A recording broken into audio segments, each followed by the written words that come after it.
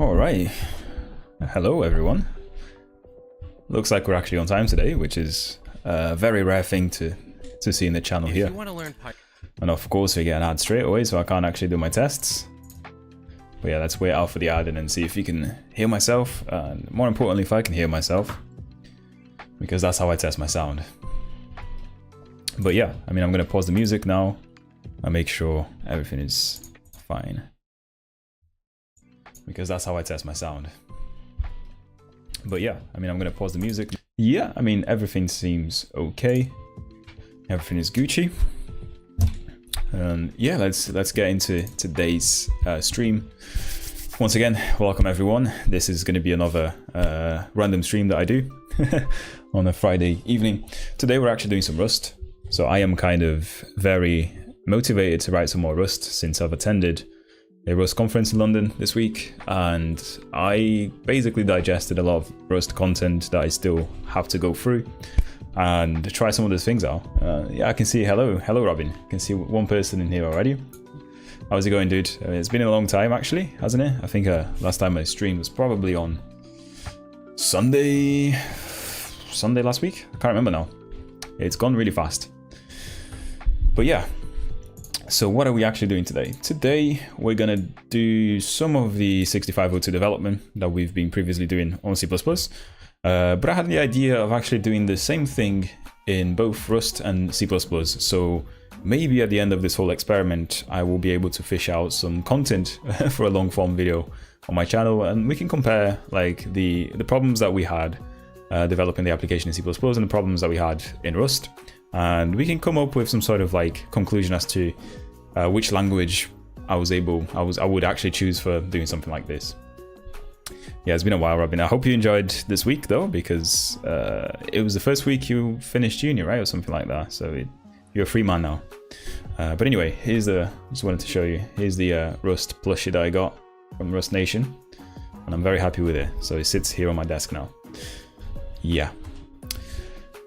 Right. So let's actually take a look at the current code that we've got here, just on GitHub, just so we can kind of see what we had to do. So in the main application, what we actually do is we kind of have this sort of like GUI app that draws pixels on the screen based on whatever 6502 assembly instructions we have. Yeah, I like the emoji there, Robin. That's a very good one. I always use that emoji for for like pipelines and stuff on Rust. It's a very good choice. So we have like colored palettes and then a little window that draws out the pixels based on what's in the 6502 memory. And with this, well, all this stuff is actually controlled by the emulator, right? This is not work I've done in the past week, so I'm still kind of looking at it and thinking, what the hell have I written here? But we basically just have a very basic model of the 6502 architecture. So for example, you can see the registers here, and then we can see the CPU, which contains the registers. It has a bit set here for the flags. And we also have the memory itself, which is roughly 65k addressable memory addresses here, right? So that's it. And then the rest of it is just basically us implementing each instruction based on the, instruction set. I always struggle to say that word. That's a very hard word to say. Instruction set of 6502. And what is the website that we're using? Well, I think it was this one here, Masswork, which is actually something I would recommend to people. It's very easy to read, and it's a very sort of short, exhaustive list of all the 6502 instructions that you can have, right? So I think, if I'm not mistaken, is about 50 instructions, or just over 50.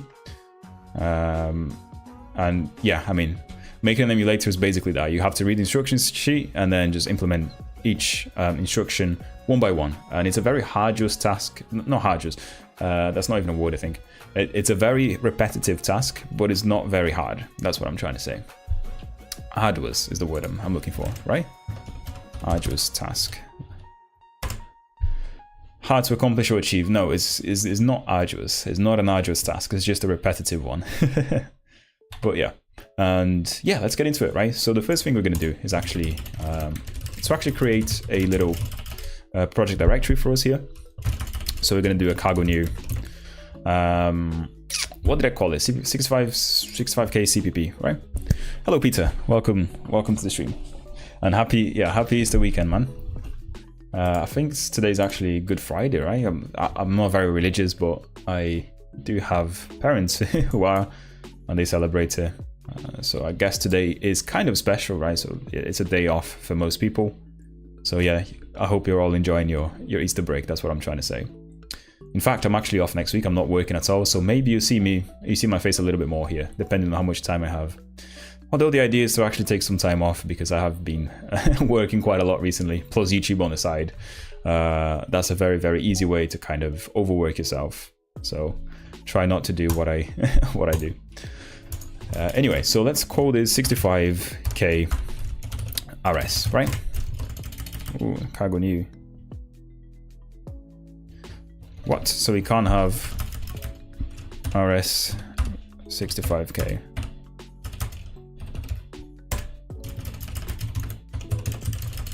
Okay. So we have that. Let me just make sure that we've got the latest version of the compiler. I think we do. All right, yeah, we do. We have the nightly version there. And 177, right. So we do. And let's try and figure out what we actually want to kind of, the ideas that we want to bring from the 65k emulator in C++ here. I think we are basically going to have the same sort of struct in Rust, to be honest. I mean, obviously we're going to change some of the types, but we're going to have like the registers for sure in there. We're going to have the flags as well. And for this, I'm going to have to research a Rust bit set or something.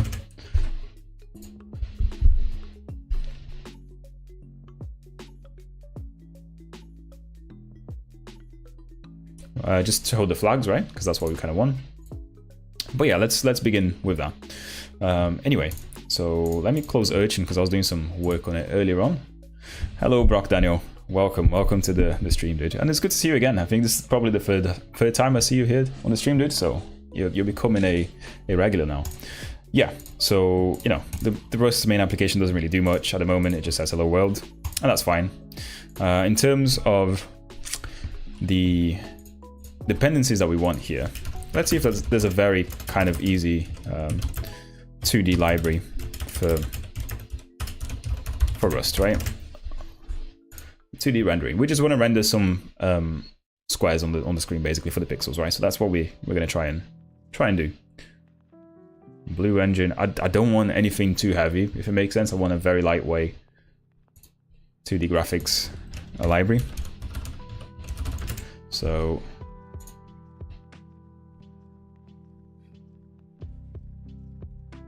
macro quad is an absolute joy to fart around in. I like that explanation.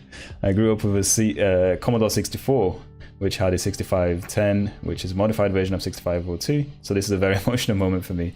Yeah, dude, you're part of the previous ones, right, Arkonaf? And by the way, hello, Arkonaf. It's good to see you. Guys, like the video, please. Let's start with that. So this is why Notum was made. Have you looked at Bevy? No, Bevy is a good library for graphics in general, because it uses WGPU, which is a very kind of, I guess, popular graphics library for Rust. But I also know that Bevy is kind of a nightmare, and I actually went to a talk by one of the developers of Bevy, which just to explain how the architecture of the project works. And it did seem like a little bit too much for this kind of project. But if you guys are interested, Bevy is a very good and popular library for Rust, where it contains, you know, all the 2D stuff that you need for an actual game, right? So it has an ECS system in it, it has renderers, it has access to shaders and whatnot. So it's really cool. If you're interested in game development of Rust, this is probably the library you want to go for. But for our case, I want something even simpler, to be honest. So I'm taking a look at all of these and we're going to pick one. So this does 2D and 3D, which is cool.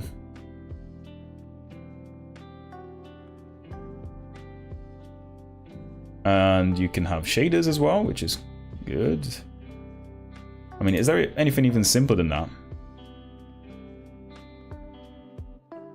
Right. let's make a decision. Let's make a decision here. So let's open a few more of these and then we'll look at the usage. And so this does very, very cool stuff actually. Some very cool simulation and stuff. Looks a bit complicated. Right, so at the moment, I don't know. I kind of feel like Bev is definitely not the one. This library seems to be kind of very easy to use here. I can just look at the the code here. So yeah, let's use this one here. Right, so this will be our kind of renderer library. And I mean, it's fairly active, right? Yeah, I don't really care if it's not that active at the moment. Oh, here are the Go examples. Draw path.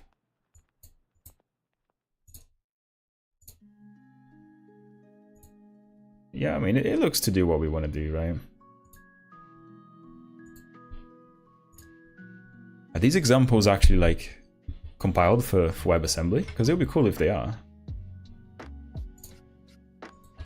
Press space to enable full screen mode. Yeah, they seem to be WebAssembly. Render cube. This is so cool. So this library actually compiles down to WebAssembly, I guess, too. Render cube.js. Or renders to JavaScript. Oh no, it's WASM here. So I'm tempted to use this library because maybe we can put some of this on the browser eventually as well. So yeah, let's use this one. So node 10 is the one, right? So cargo add node 10. That's what we're gonna go for here. I'm gonna try and move things a little bit fast, just because most of you have seen the previous streams and we kind of know what we want to do already anyway. So yeah, let's just try and implement this real quick. Right, so what do we begin with? Let's try and actually draw some triangles on the screen, right? So what do we have here? Oh, so we have nodes on main, prelude, okay. Yeah, let's just copy the triangle one, and then we can move down to the squares.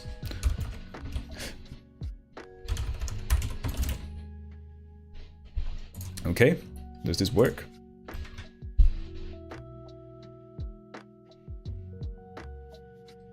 Now Rust is analyzing all the dependencies here that we just downloaded, which is cool. Meanwhile, I'm gonna take a sip of my water.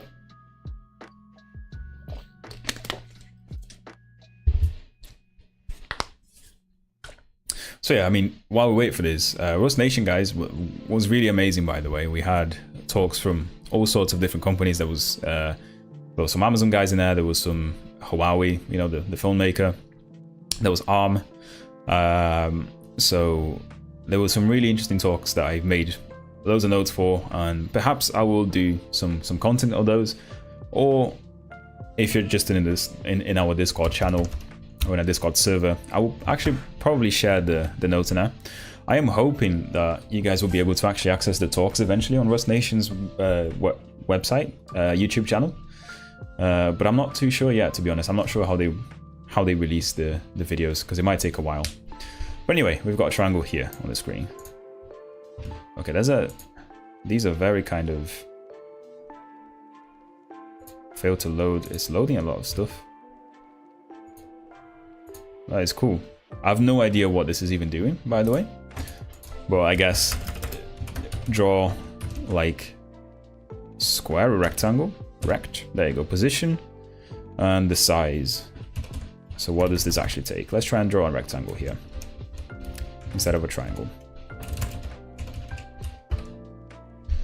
So it takes the size and the position and the size, right? So that's top left size. Usually it's top left. And then the sizes as a tuple as well. So, I mean, let's do I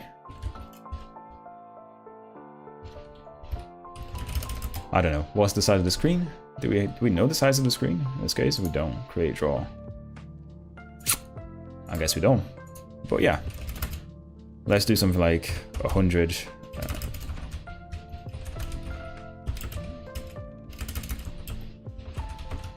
On the size itself, let's do 1550. Just trying to get the feel for this library. So actually, this is all floating points.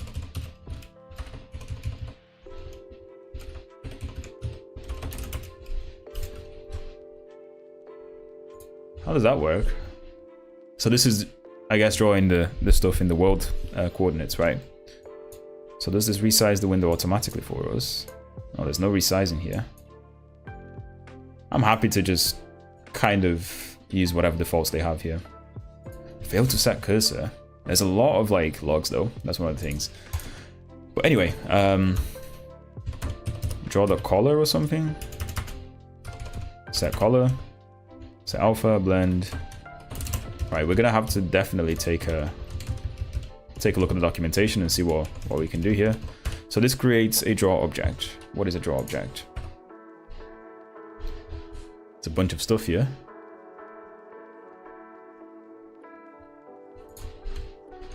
So it does have a world matrix and stuff in it. Then we render, GFX render.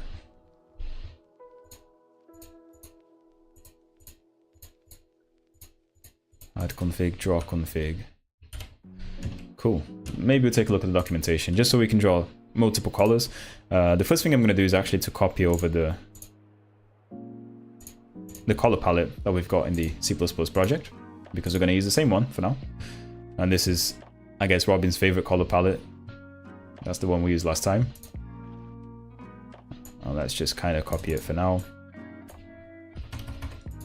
Now, obviously, this is going to change a little bit,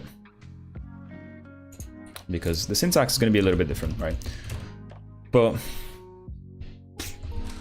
actually, let's look at how we do color before, so we can put it in the right format. This is the wrong library. Did we complete the C++ emulator completely? No, there's a bunch of instructions I haven't implemented yet, and but I'm still working on it, Arconaf. There is also the issue of timing, because every instruction takes a particular number of cycles, as you probably know. So I have to figure out how to solve that problem, where each instruction would actually take the amount of time it's supposed to take in a real 6502, right? But I don't expect that's going to be too difficult. And to be honest, I'm not even sure if I'm going to stream that again. I might just do it on my free time, just because it's very repetitive work. You guys have already seen the start of it. You know, finishing the emulator is just more of the same. So it's not really bringing any new content. Whereas something like this, where I'm doing it in Rust now, kind of is. So, but yeah.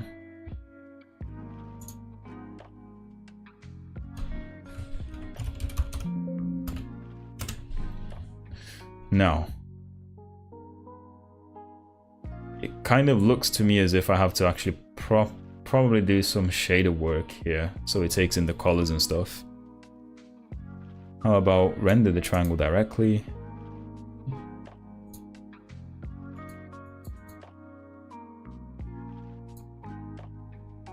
I would like to see a final stream of it, if possible, where you stream a complete it and do the test and play around with it. Yeah, definitely. So when it gets to the stage where I can stream the whole thing working, maybe we can port some sort of like very quick game to it, then yeah, absolutely.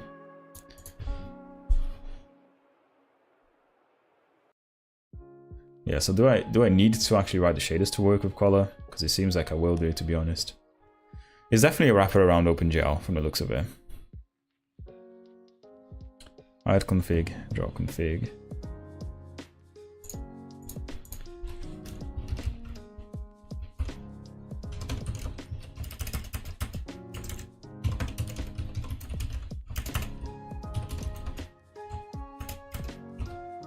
Is there any color, any RGB things on there? Maybe we can take a look at their cargo. Cargo Notan.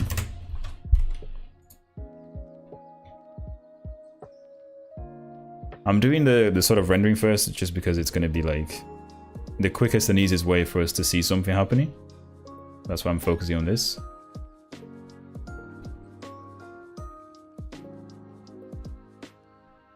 I was hoping that I didn't need to work with shaders, and that was just a library that would let me draw a square in a particular position. But this one doesn't seem to be the one. Maybe I'll look for something quicker now. Let's make it easy for Google. So iced, how do I draw a simple rectangle? This is taking too long to load. How do we accelerate a drawing of 2D shapes?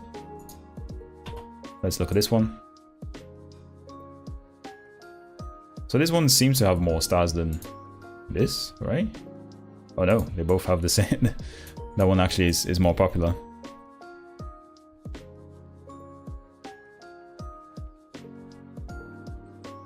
Yeah, there you go. This one seems to let me actually do what we want. I don't want to touch OpenGL right now. I mean, not that I don't know it, I do, but it usually takes a long time for me to get something simple out. So I'm going to choose a different library in this case. Speedy 2D seems to be the one. And in this case, we're going to just kind of remove everything here. Let's do it in Vulkan. Dude, I said simple. Didn't say 4,000 lines to draw a single triangle. Simple. Just for the giggles, yeah. It's very interesting, actually, that you're mentioning that, because I was talking about OpenGL versus Vulkan with a coworker a few days ago. And I was explaining to him how I could probably draw a triangle in OpenGL with something like 300 to 500 lines of code. But as soon as I tried to do the same thing on Vulkan, I wrote something like 2,500 lines of code, and it still wasn't done. So like that's that's how bad it is, I guess. I mean, it has its place, right? I mean, if you're trying to get the most performance, then Vulkan is definitely the one to go for. But you also have to be ready to learn a lot of shit. So no more swearing from now on. Yeah, let's do this one.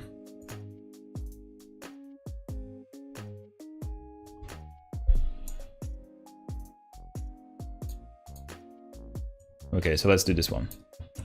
And then we can go from here.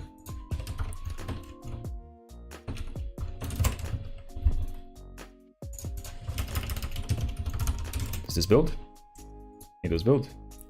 I have heard somewhere in an obscure place in the internet, there are some wrappers that reduce it to something like 300. Yeah, I'm sure there are. I'm sure there's plenty of wraps out there for it. I'm not really a Vulkan expert, to be honest. I barely know OpenGL, and I've dabbled with Vulkan, but I never did anything useful, to be honest with you. Okay, so that's cool. So let's clear the screen from RGB. So this is between 0 and 1, which is cool. So let's do a black. And in this case, we can do a graphics dot draw rectangle. There you go. So our position, which position is this on? Draw rectangle. This is takes an implementation to a rectangle, or something that has a reference to a rectangle. Right, so what can we do here? Now, let's see if this has a very kind of a nice trait from perhaps something like, from tuples, there you go. So from tuples, do we have a from here? Let's see. From Rust type rect. That's primitive. I mean, from tuple might be the function we want to go for, really.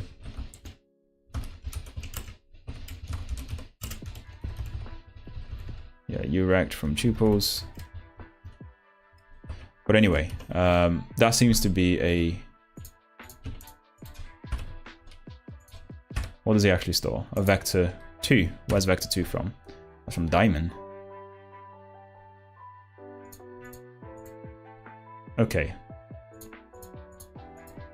So we can do an IVEC. Right, let's try an IVEC. Okay, so rectangle, and we can do something like a rectangle. Ooh.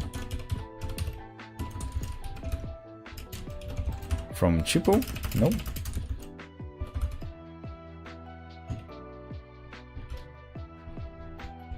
How do I even create a rectangle reference here? Let me see if I understand.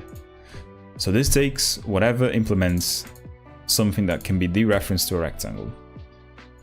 So a rectangle has the top left and the bottom right. And we can just create a new one, I guess, right? So yeah, there's a new one here. Let's go for that one, I guess.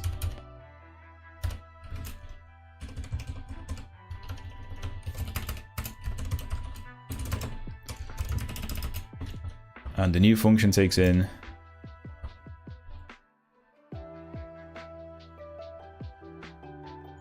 import rectangle. Okay.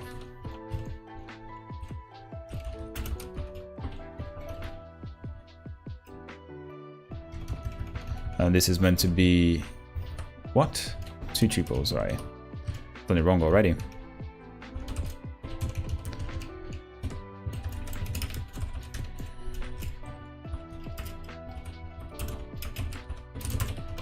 And the color, we can do color from RGB maybe, yeah. And these have to be between 0 and 1, so let's do a 1.0, 1.0, 1.0 here. Now what's the issue here? The trait bound, this ref is not satisfied as ref shape rectangle is not implemented for Noten. Ooh, interesting. So rect as rect.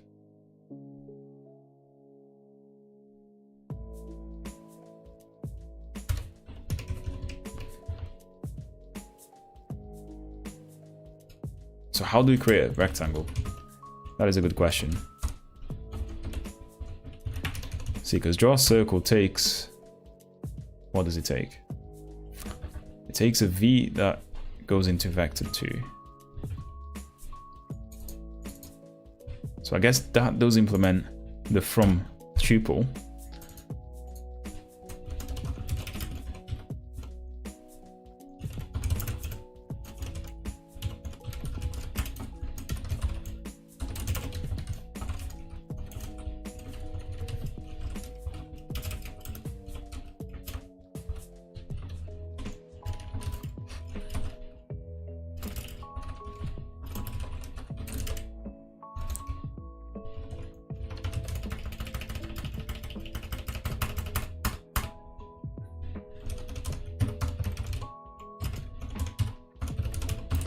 Does this work? No, this also doesn't work. Let's go back to the documentation, I guess, right?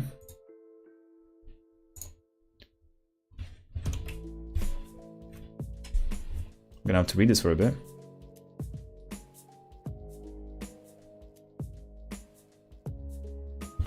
Is there a rectangle example here? No, there isn't.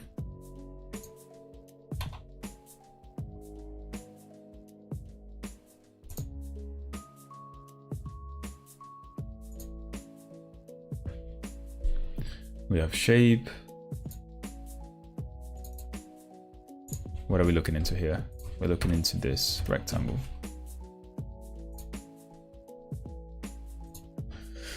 So this is a struct representing an axis aligned rectangle. 2 points are stored at the top left vertex and the bottom right vertex. We know that.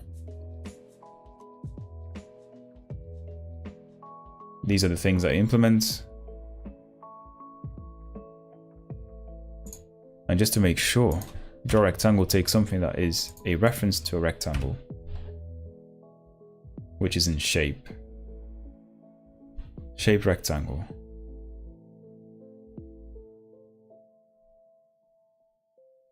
And which one are we using here?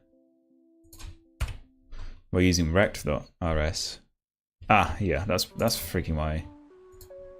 Because we don't want the Noten, so cargo, is it remove? Noten. There you go. It was taking it from the wrong crate, so it's kind of unfortunate, really. But yeah. So now we should be able to create the right rectangle, right? Import speedy shape rectangle. There you go.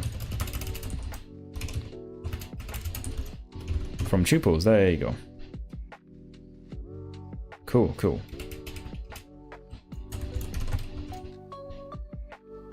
Vector bottom and right. Okay, so this is the right one.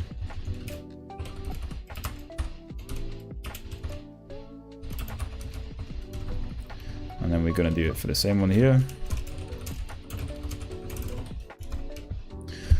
Now why is this one complaining? Arguments this function are incorrect. Expected vector of 2 and got this. Can I do an into?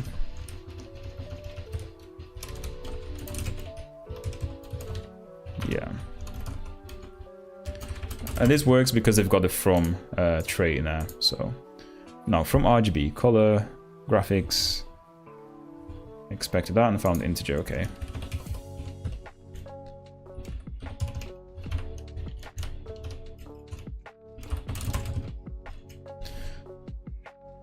You guys can kind of see how this kind of all helps us with the development, because of the Rust's type system and the way that people tend to document the traits or the crates very well, it's very easy for us to see what's going on here. So if this was C++, I'll still be wondering what's going on, which is, you know, not ideal, but you get what I mean.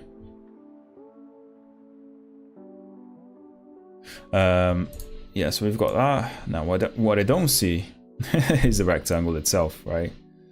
So yeah, why don't I see that? That's a good question. So if I remove this line of code here,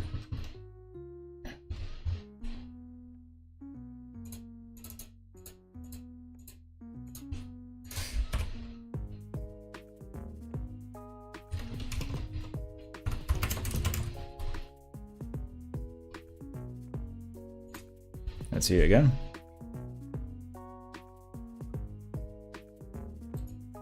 Yeah, that's very interesting, isn't it? Why don't I see this? So color blue, what is that? 0, 0, 0. Wait, what? RGB. So it is 1. So I guess color white should be available here too, right? So if I did something like this, then we should actually see it.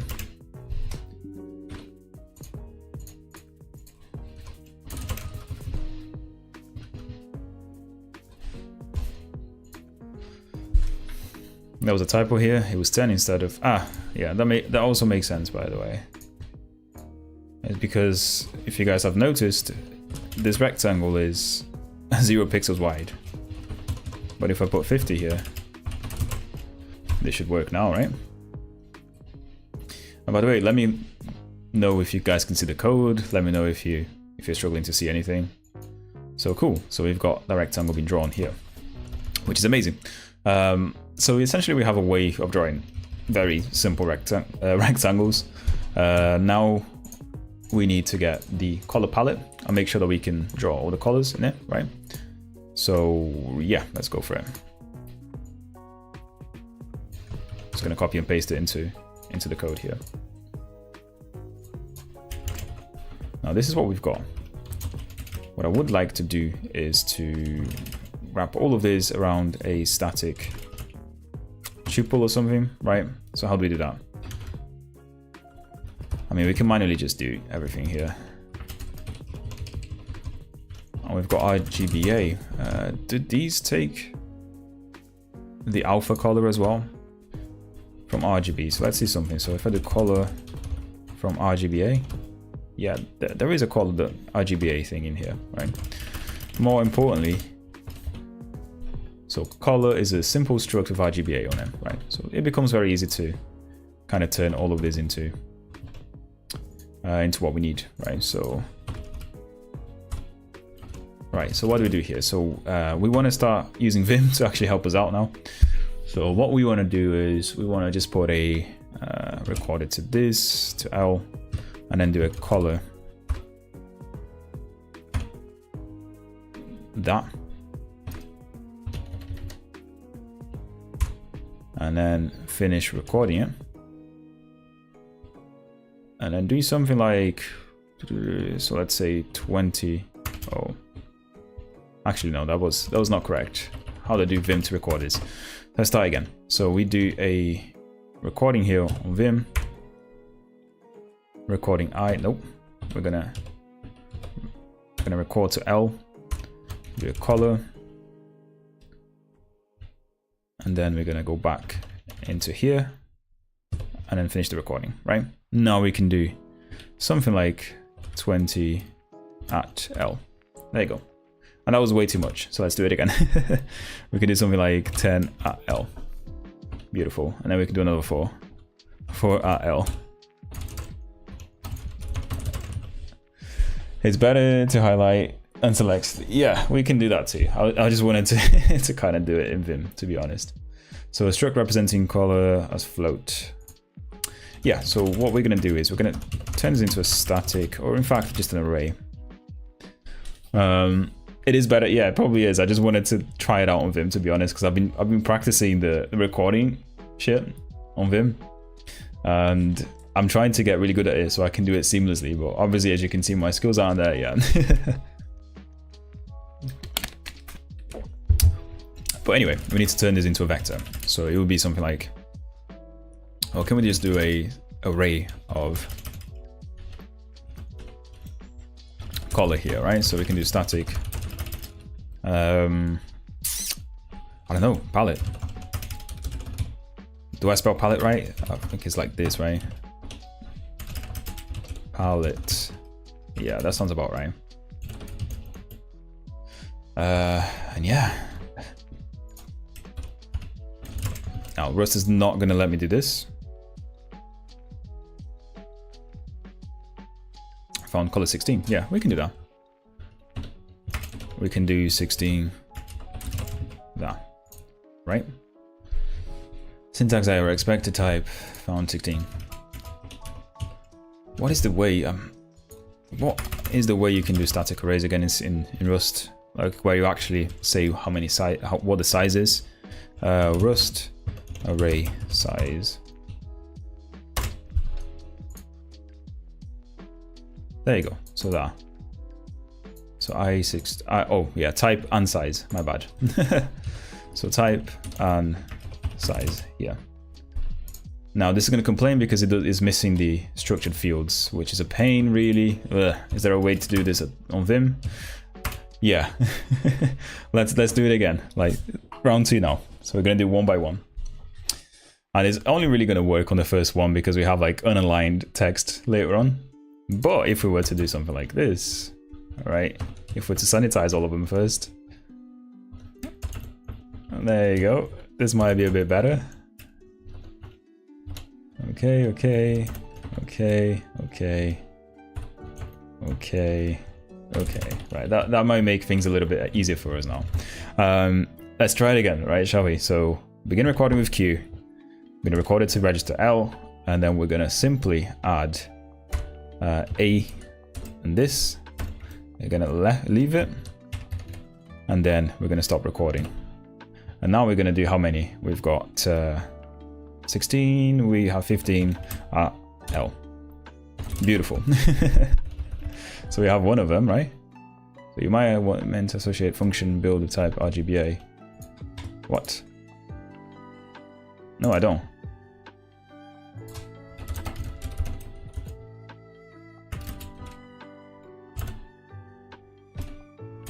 Color does have those things in it, right? So, oh, it's F. Yeah, no, this doesn't work. This doesn't work because we actually have to do all the values between 0 and 1. It's fine, it's fine, it's fine. What we can do now is a little bit different. We can just chat GPT it to make it easier for us. Right.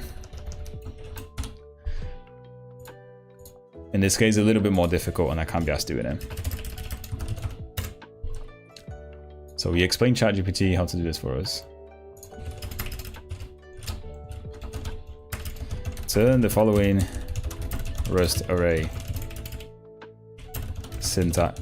follow the syntax into proper Rust syntax that initializes the color struct with fields RGBA that are all floats. Or is it scary still? Rust is much safer, but C++ have all the safety already. Or is it scary still? C++ have some safety features if you do it properly. But the problem is that no one does it properly, so Rust enforces that from the get-go, basically.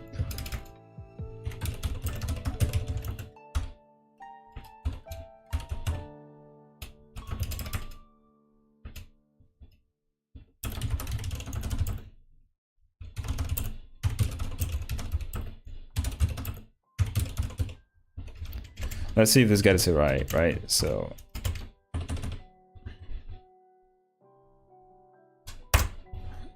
I'll be impressed if it does actually get. So color, RGBA, yeah, it works, seems to work, right? No, it doesn't do it. It doesn't do it properly. It didn't do it properly.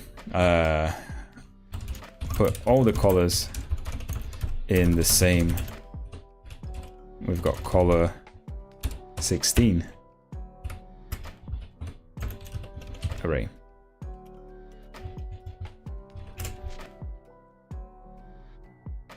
There you go. That's much better now. That's kind of what we wanted. And I'm assuming that it did the right conversion. No, it didn't. See, it messed up here. It did mess up. All the values.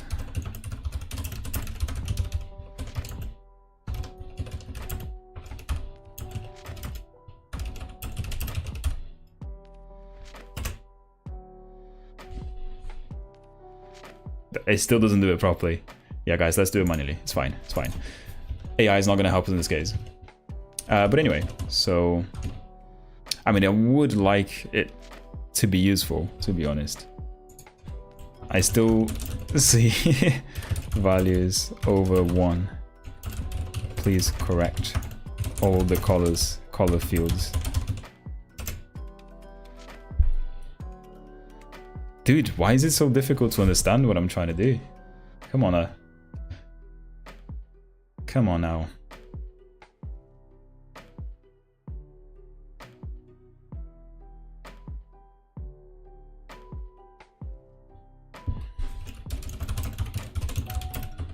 R, G, and B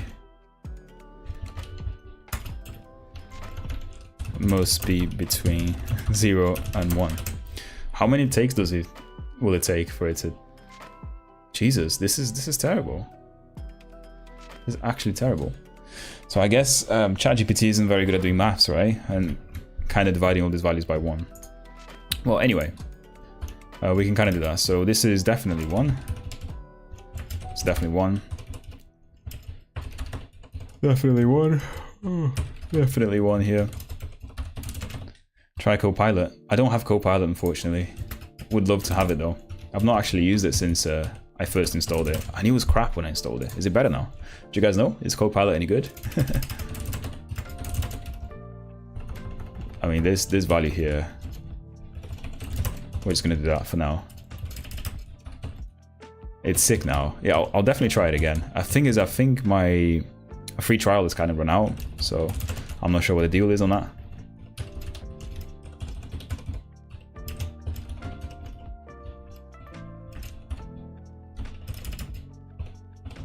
Oh, yeah, see, Rust is also not going to let me do that. Simply because, in fact...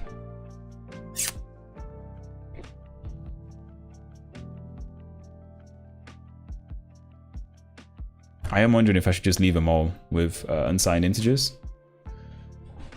And then kind of just convert it down here. I think that's much easier, right? I want to get the same exact colors. It does this rubbish stuff for you. Yeah, I mean, that's probably why it's useful. But the problem is not that it's rubbish, it's just that it doesn't really do the maths very well, that's all. So let's try and be more, a little bit more authoritative here and telling it what not to do, right? So if this is kind of an easy way to fix it, I guess, right? So if we were to tell ChatGPT, so convert all the values of the following colors, so R, G, B, A,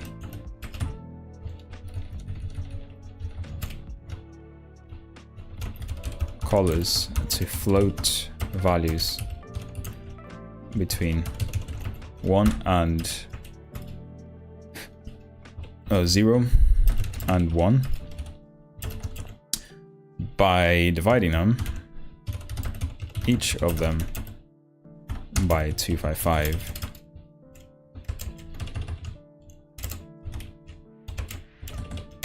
Let's see. Nah, it still doesn't do it. I guess it did do it, which is kind of annoying, but this is better than nothing, I guess, right? You put the division in there. Please, I guess, replace the divisions with the result of each division. No, yeah, it's not gonna go that. Bro, I'm gonna build an emulator as well. Yeah, dude, I think it's definitely worth doing. But anyway, I think we're kind of okay with this, to be honest. I mean, this is at least gonna compile for me now.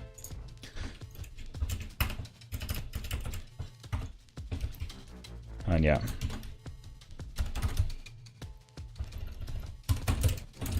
I can inline the values later on. Right, so what's the issue here? Field is private. What? Yeah, the fields are private. They're not public. And this is annoying. This is very annoying indeed. So I have to call this function here for all of them. I did not foresee that, which is a problem. From our GBA.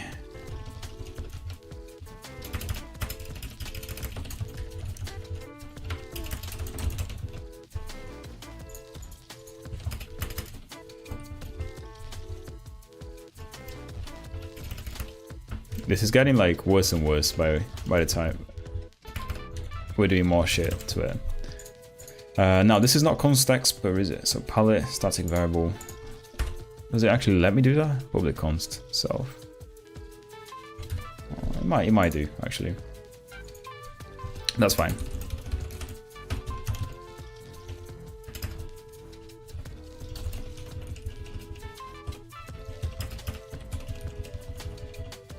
This is like kind of tedious, to be honest, if I have to do this for every single one of them.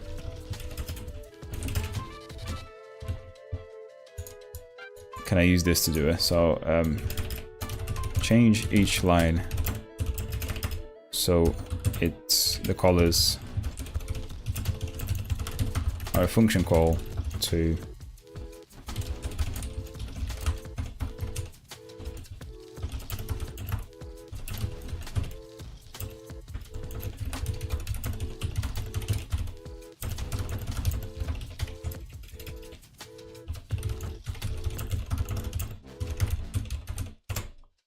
right.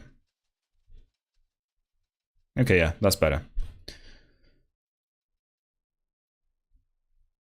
Now, I'm really trusting it that's actually keeping the same values in between the two results here, though. It seems to anyway, right?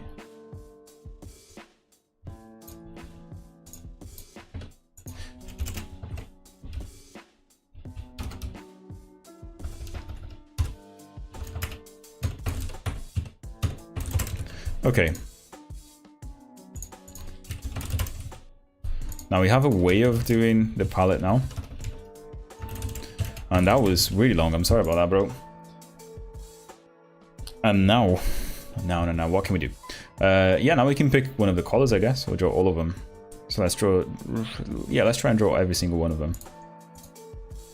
So can we get the size of the window here? So if we do graphics,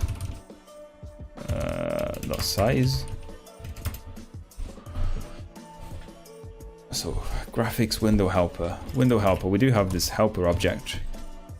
So get size, there you go, get pixels, gets the window size in pixels.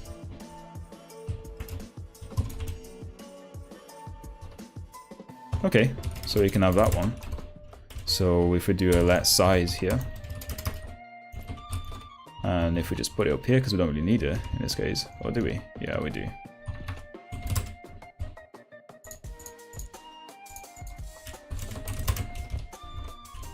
What does that give me? It's a vector 2, so what can we do here? So x and y, right? So width and height, I guess, will be x and y.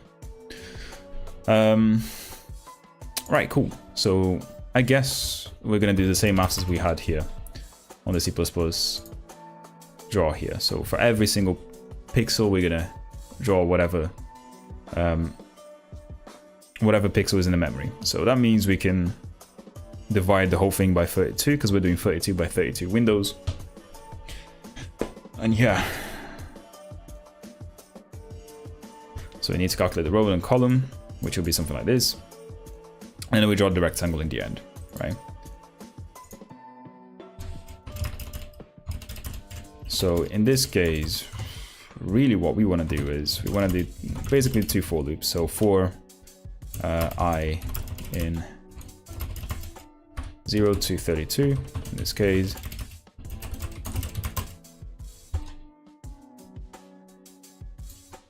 This is going to be X and Y, so row and column. For call in 0 to 32 again. We're going to get the top left, that's what we need to do, so let top left of the rectangle here. It's going to be something. And we also need to get the bottom right. Bottom right. Which is also going to be something. So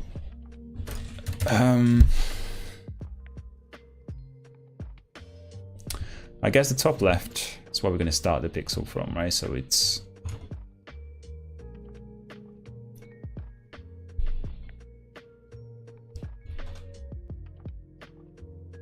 we're doing 16 pixels each here, if I'm not mistaken.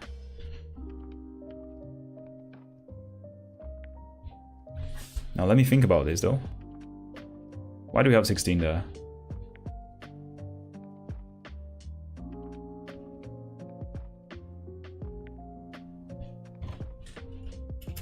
I guess the top left could be the size dot x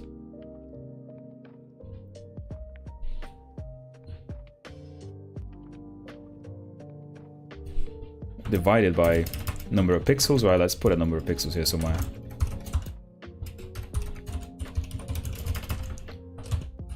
Or in fact, this could be right at the top, right? We can define how many pixels we want. So something like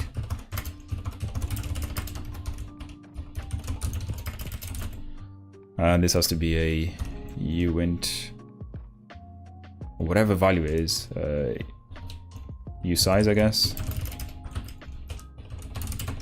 32 in this case. Now this is definitely gonna be something like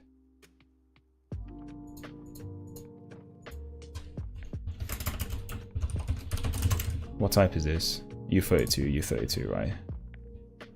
That means we can change this to U32 as well.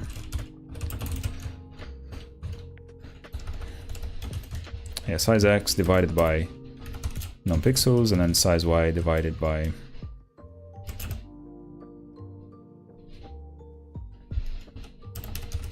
this is not correct, I know that.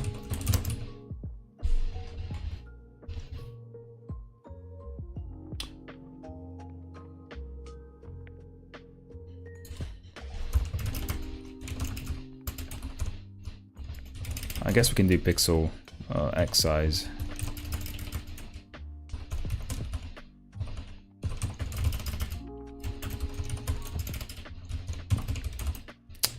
So horizontal pixel size, square rectangle size, rec width height. Yeah, rec width height sounds better.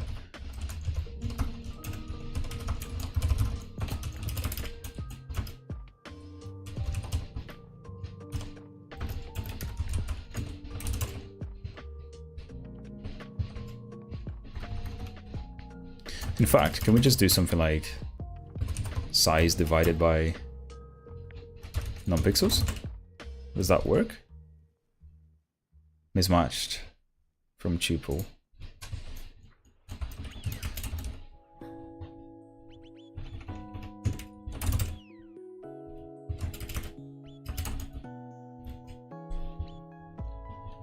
Does this have a tuple conversion function that we can use? Vector ux. No, it doesn't.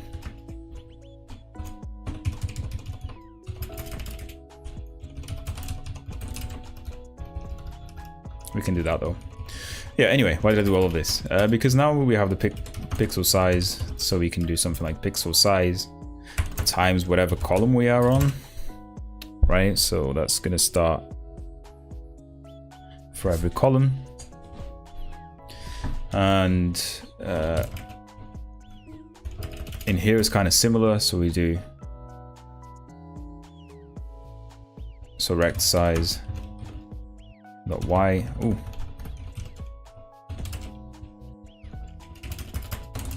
Something like this.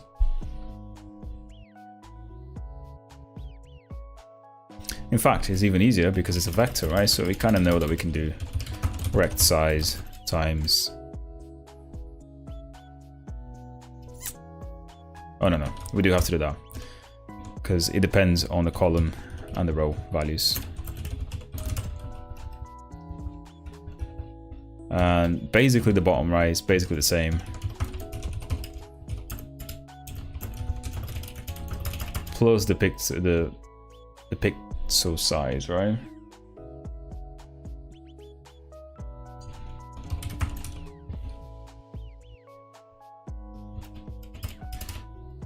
Yeah, in this case it will be +1.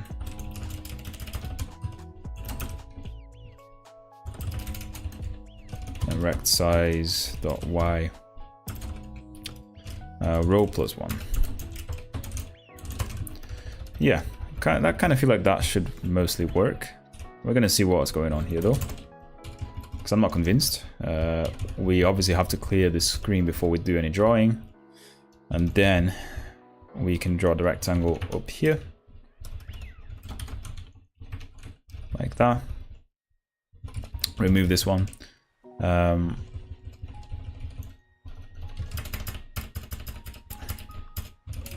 we have top left here, into, and then we also have bot right, into. Now why the hell is rectangle not working? Trait bound rectangle is not satisfied.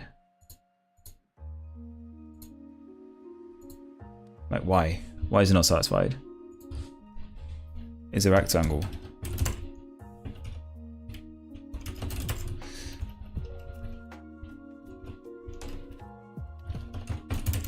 There you go.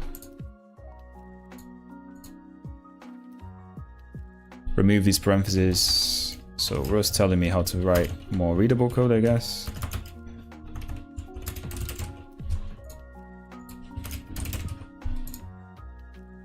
Okay. Now, does this do anything? Let's see. I'll be impressed if it just works first time. So palette's not been used. We're fine with that. And everything is white, so that it kind of worked, right? It kind of worked. What we're going to do now is like basically recycle the colors, right? So we have something like, I'll let mute color ID here, or color I. I'm going to start that with 0, and it's simply going to be a... Yeah, it doesn't really matter here what type it is. Because here we can do, instead of color Y, we can do palette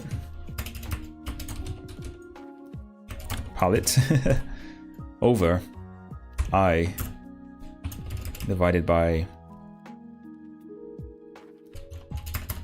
I don't want to write in safe code. So what is it?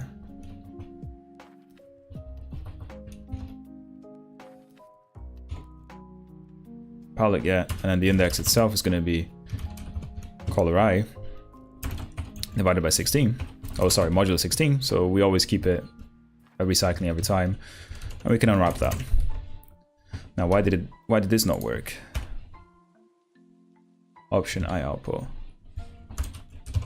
Let's see what type this is. So something I always recommend doing in Rust. So if you see an error like this, by the way, guys, where you don't really know what the compiler is saying. I mean, I kind of do. It's saying that the method is incorrect here because we have a reference and not a color itself, and that's fine. We can kind of just copy it there. I know what to do. But if you don't know and you're kind of just wondering what types you have, just do a simple declaration here. So for example, color, and you can kind of see straight away how you can solve this. So palette dot get, and then I have the color I modulo 16 dot unwrap, which is what we had. And you can see that the type here, you know, the language server says there's a color. One way we can do this is kind of just clone, really. And now we're going to have a color there, and we can simply just pass that color on. in here. And it kind of just works, right? Problem is that color I is not actually being changed at all. We can just do that color I close there, and it should work. Ooh. There you go.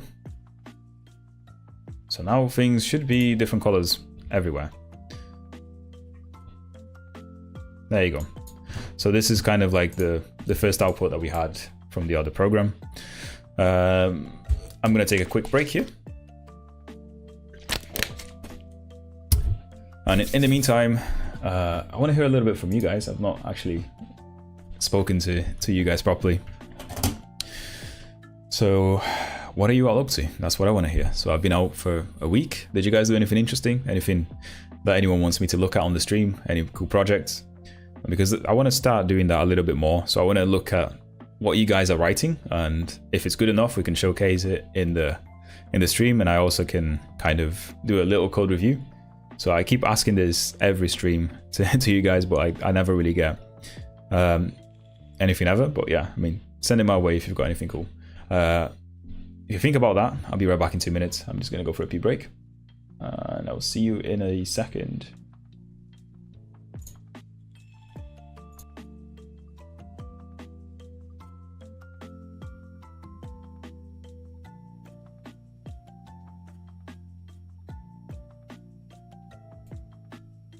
I muted myself by mistake. Yeah, I mean, homemade BitTorrent. That sounds like a good project, man. That sounds like a very interesting one. You're going to be doing a lot of, I guess, networking, right? Because you have to kind of do peer-to-peer stuff. I don't know how the hell that works, so I'm interested to know. Yeah, I don't know the internals of it either. But I will tell you that it's going to be difficult, but that's cool. You should be interested in doing that anyway, because the more difficult it is, it means that you're going to learn things more, basically. Anyway, let me... Oh, why is my display not working now? Okay, my mouse has disappeared. That is interesting.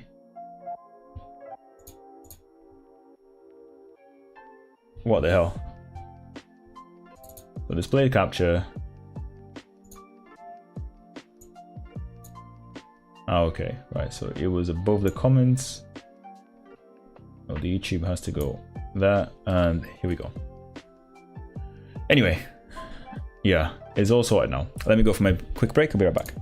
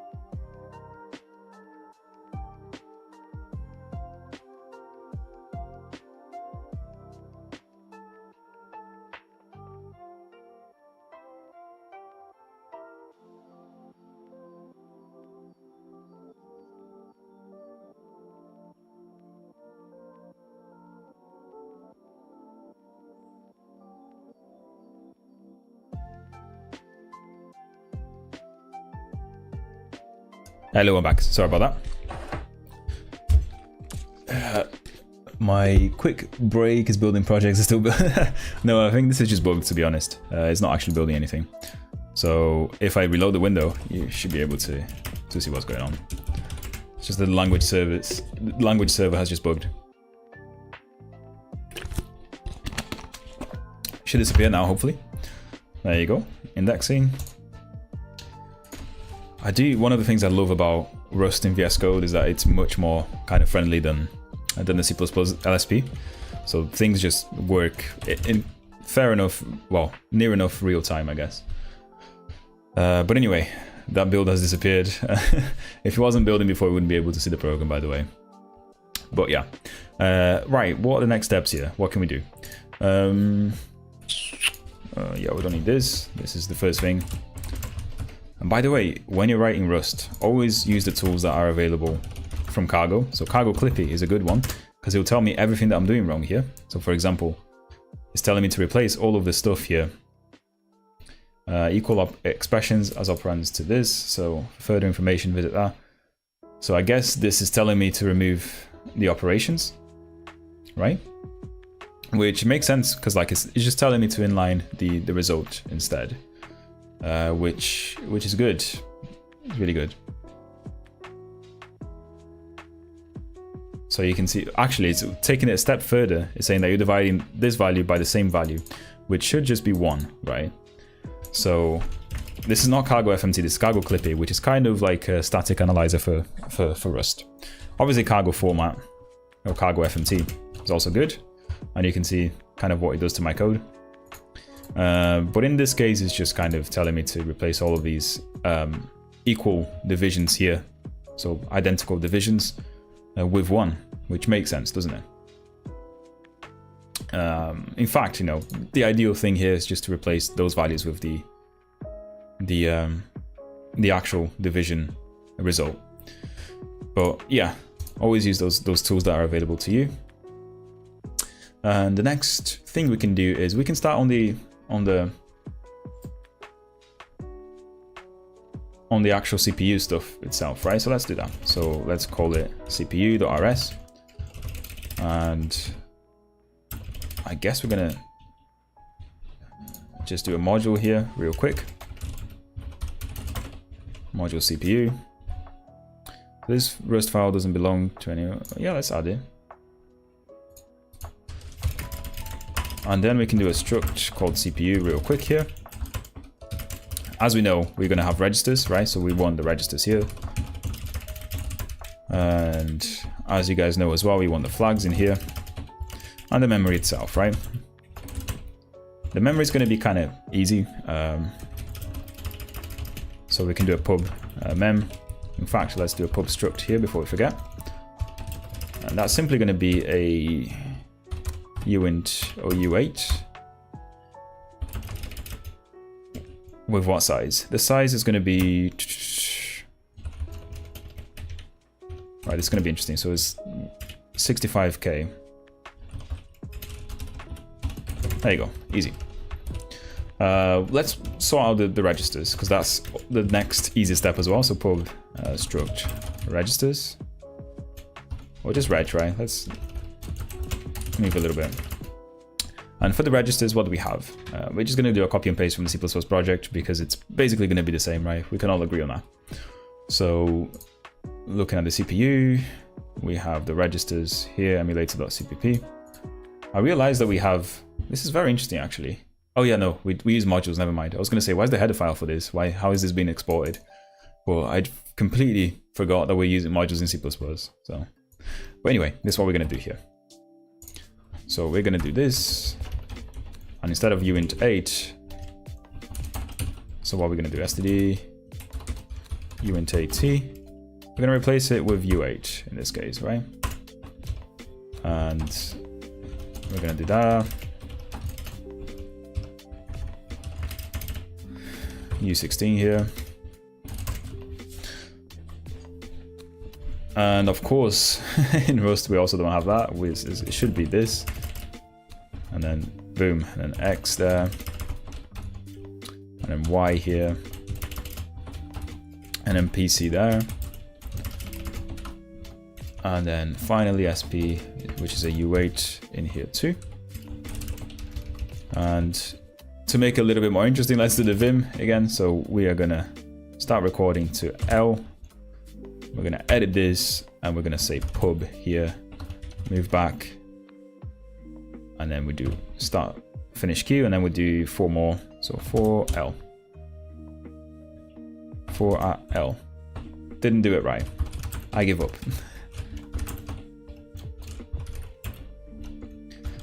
I should probably stop trying to learn Vim on stream because it's very embarrassing when I get things wrong. Struct is never used. Right. This is never used. Fine.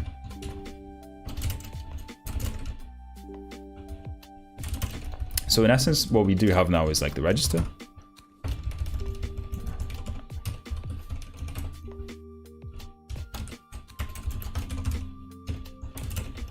And then the flags, I don't really know how to do a bit set in Rust. So let's take a look at that. Never had to use it. So Rust bit sets or bit flags.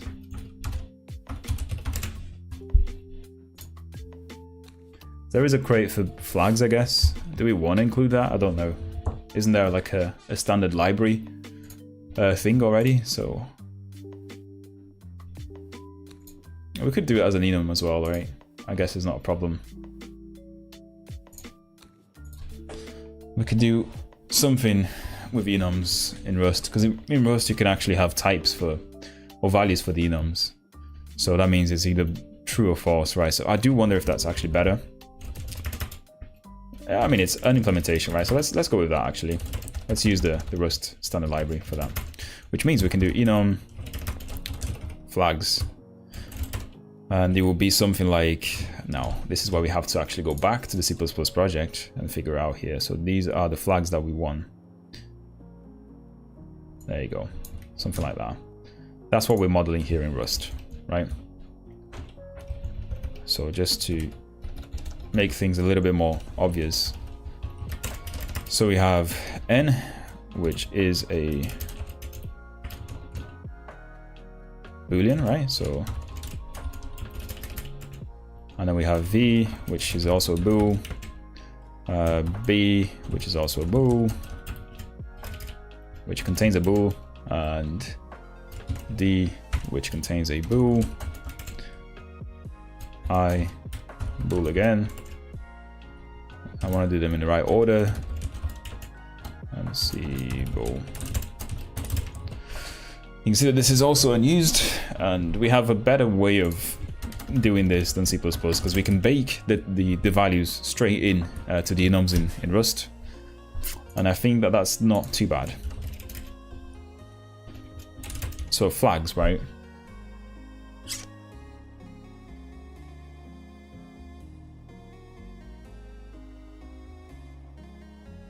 No, I don't think this is the best.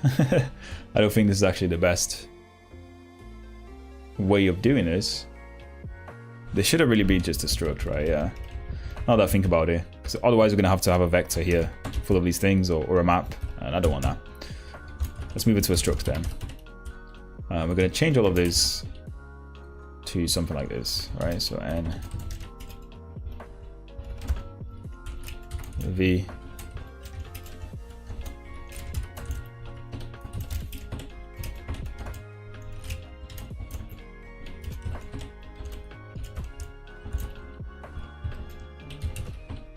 Why am I not using this Vim?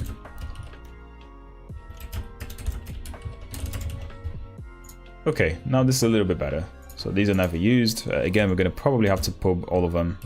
Let's try it once again, right? So we have 6 there, 6, 8, 7. So we do Q to L. And we do pub. And Q again. But now we can do something like 7 L. Oh, nope. Let's try again. 7 L. That didn't also work. I recorded it wrong. I'm gonna stop. Right, I promise. I'll stop now. No more Vim recording for me.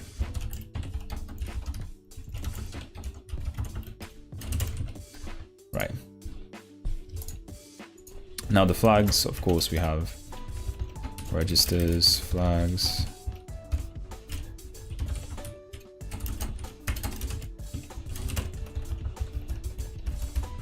Cool. Do you want to implement a default? I think we do. So impl default for CPU. So we can create a default CPU.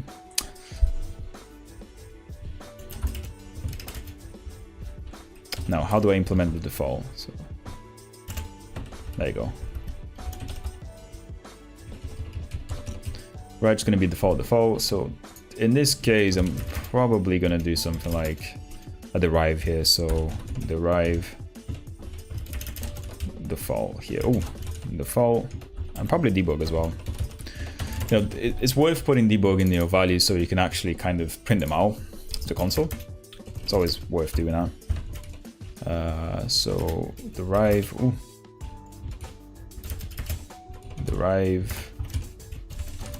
debug and default. Oh, I can't spell today, guys. And the same thing for this one here.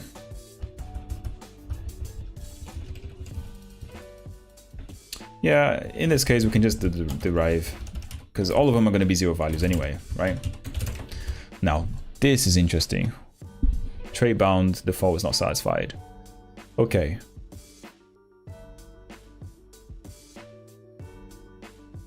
Yeah, we can do this. We can do this then. So instead of trying to implement it with the macro, or getting Rust implemented for us, because obviously it doesn't do that, we can do an import default for CPU here. And then we can fill it up for us.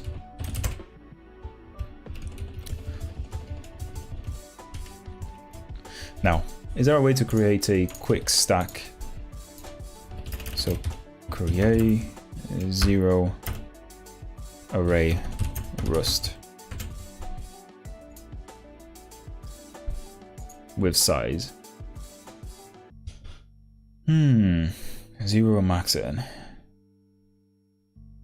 Okay, yeah, so we can use this one. That's fine. So we can do 0 and 0xFF. Does that work? Expected an array with fixed size of found 2 elements. Oh yeah, there you go. So all the memory is going to be 0 initialized. Great. Again, we forgot to pub these two because we're going to have to use them. Pub flags. Types is more private than the flags. Type flags is more private than the item CPU flags. Like why? Oh yeah. There you go. That makes a bit more sense. Now we do have a way of accessing the CPU here, and we can emulate it, right? So we can actually do that big switch case where we emulate functions. Now I'm gonna smartly try and kind of implement just the functions that we need. And I'm sorry, Robin, if you're still on this, but I'm going to use that example that you sent me again, because I want to kind of just emulate enough so I can display the pictures on the screen that you gave it to us. So for that reason, I'm going to try and quickly go on my Discord and find out the program again. Oh, in fact, I don't even need to go on Discord because it is here somewhere. All right, should be here somewhere. So we have, there you go, Robin's code. Because I know this one only uses 2 instructions if I'm not mistaken. So load into accumulator and then you store it. So those are the 2 we're gonna implement. Whoa, yeah, exciting.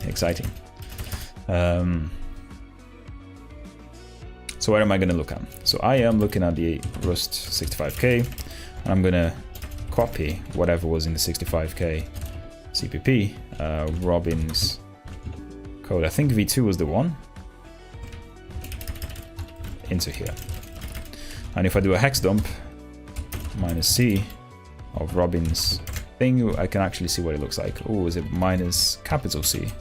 I think it might be, yeah. So if I just look at the very start of it, what are they? Oh no, let's clear this. Do a more smart hex dump. So A9 was the one, and I'm pretty sure that AD was the other one, right? So A9, AD, A9, AD, right?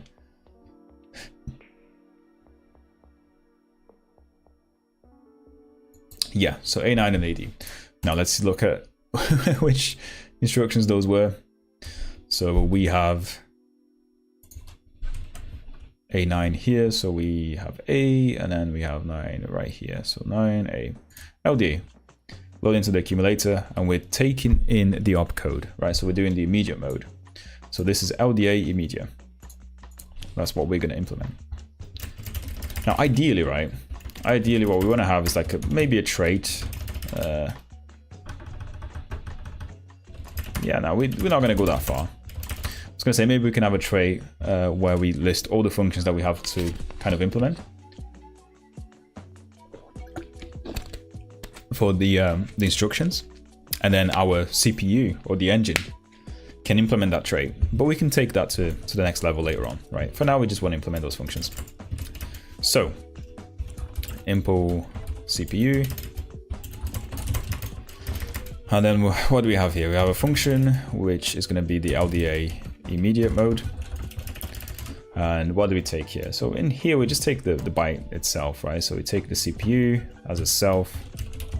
In fact, we do want to take it as a mutable because we're going to change the PC counter, right? We're going to change the PC counter. So we take it as a mute self, and also the uint or u8 for the value here. Oh, I'm doing too much C++. Too much C++ lately. Mute self and u8 here, right? Now, this basically just loads into the accumulator that value, right? So what we want to do here is essentially do self dot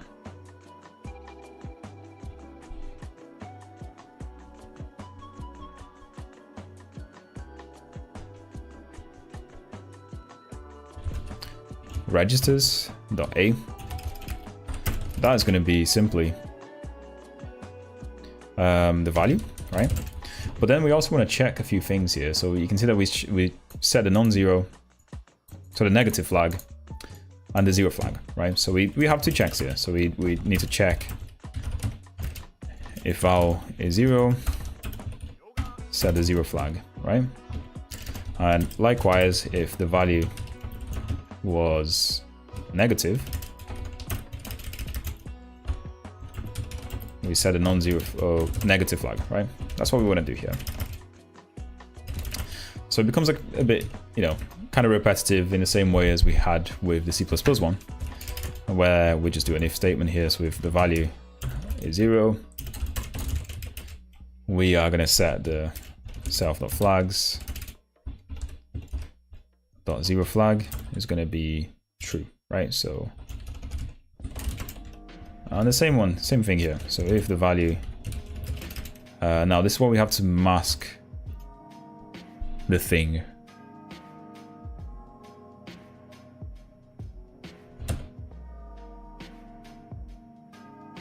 Now it's negative if we know that the last bit is set. So in Rust I can't just do that conversion that we have with C++ because it's not going to let me. So I'm wondering if it's worth doing the more than check in here. So in other words, we know that this is true if we have something like, is binary a thing? So I think we do have binary literals in Rust, right? Literal in Rust. Yeah, there you go. We do have literals there. So we could mask it. That's what I'm trying to say. So we could definitely mask it.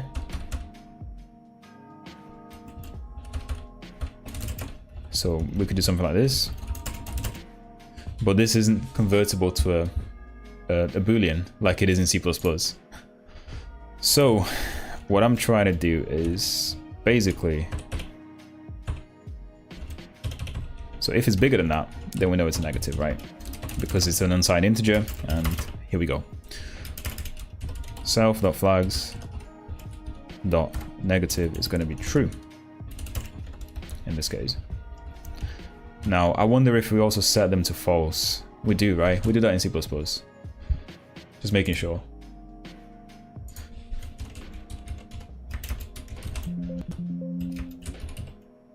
LDA, so LD immediate.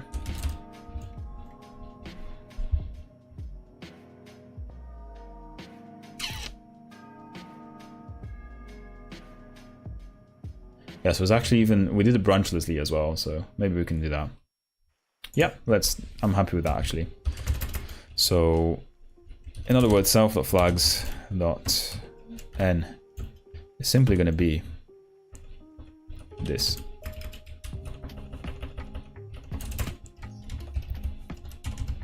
And same thing for this one. So we have self.flags.0. It's going to be equals to a value. There you go. That covers both cases.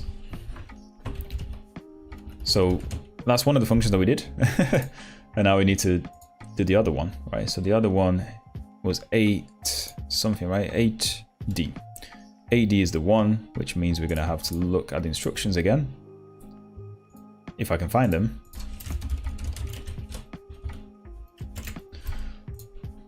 So AD. A is here. These are the very end, right? So A, store into the accumulator. So AD, this is the one. So absolute value, which takes 3 bytes. So I guess we have the operator itself and then 2 values for the memory address. So yeah, let's go for it. So we'll do a function. What was it called again? STA. Absolute. Again, I'm going to take this as mute.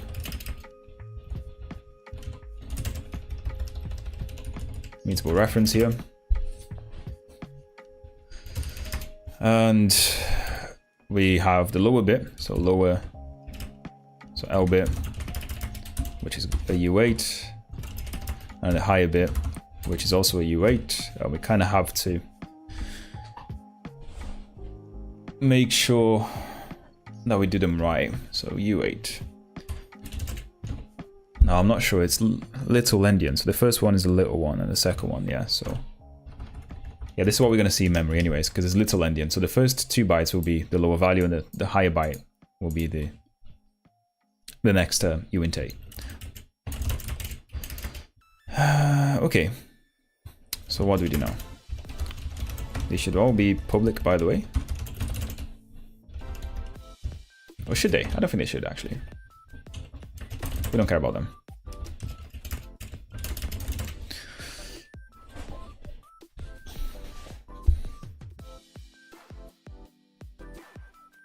Now let me think about this.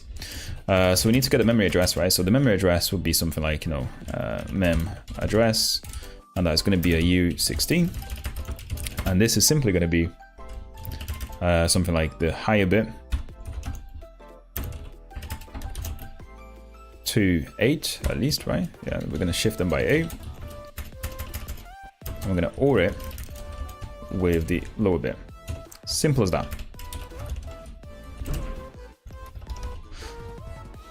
And we have a let here. Now this is, you see, Rust is also not going to let me do that because I can't convert a uint 8 to a U16 explicitly. So what I have to do here in this case is actually do a as U16. And this is kind of a safe conversion. What is the issue here? This is interpreted as the start of a generic argument for U16, not a shift. Try shifting the cast value. Now this one I'm not really familiar with. So this is interpreted as the start of a generic argument for U16, not. Let's see what Google says for us in this case.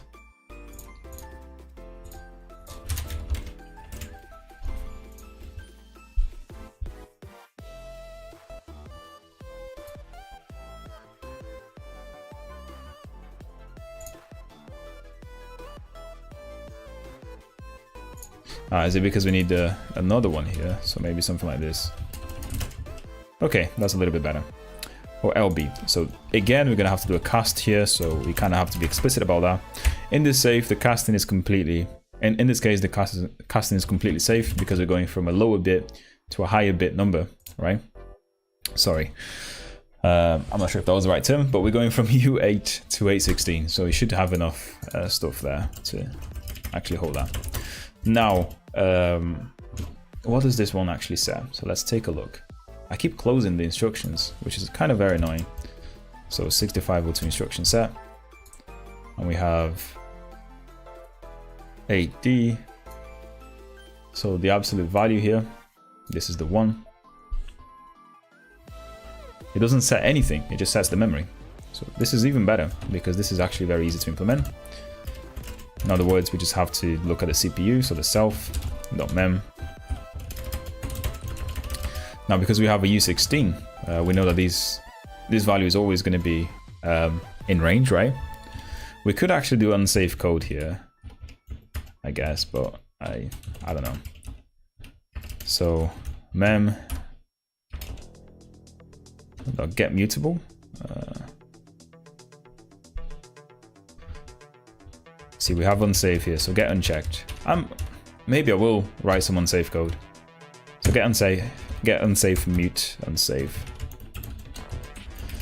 If you want to do any unsafe programming in Rust, where for example you're indexing into an array, Rust automatically puts some bounds checks for you, and that's one of the many sort of amazing features of Rust, because it kind of puts that bit of assembly around your code anyway, to prevent you from accessing out of bounds arrays.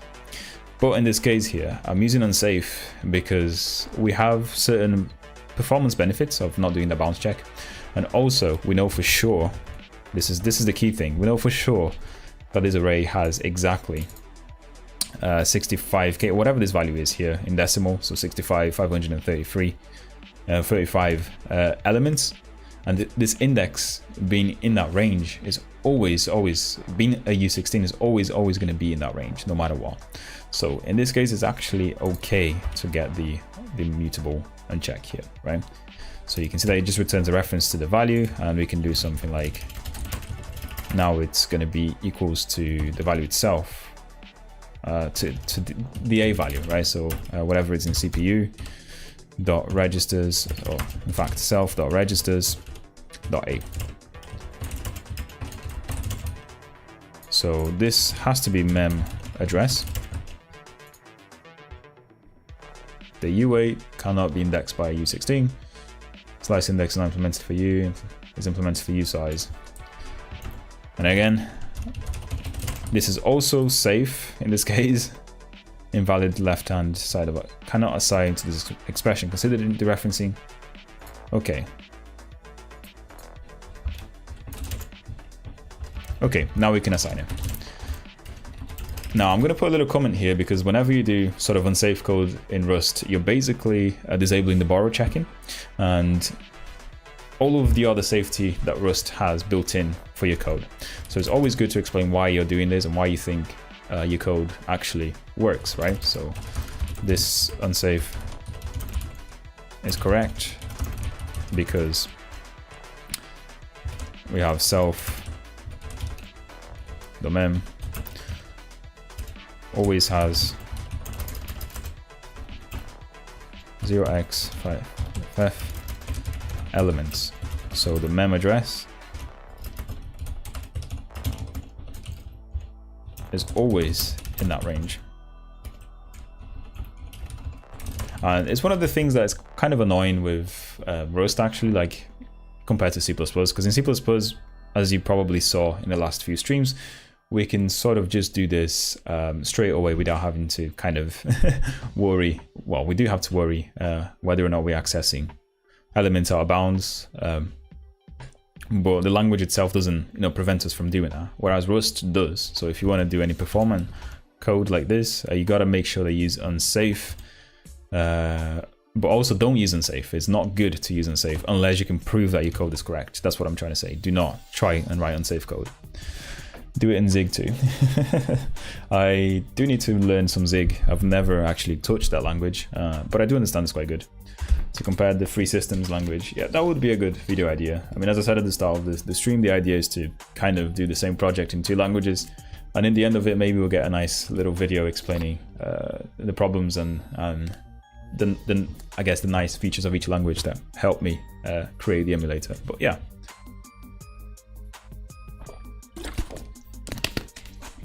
But anyway, welcome to the chat, Nunes. Sounds like a Portuguese name. I'm guessing you are.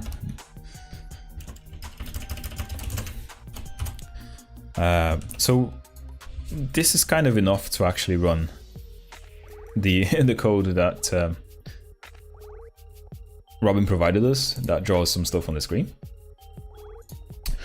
But what we're missing actually now is the emulate function, right? So we're missing the stuff that's actually going to go into the program array and emulate things for us. So let's do that. So we can do a function called emulate, and we are going to take a mute reference to self here, and we're also going to do something that implements the iterator, right?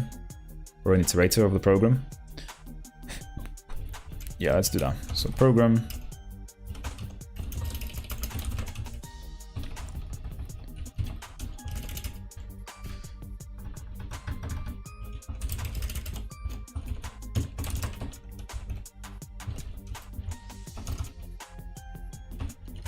Let me just see how to properly define this. So type item.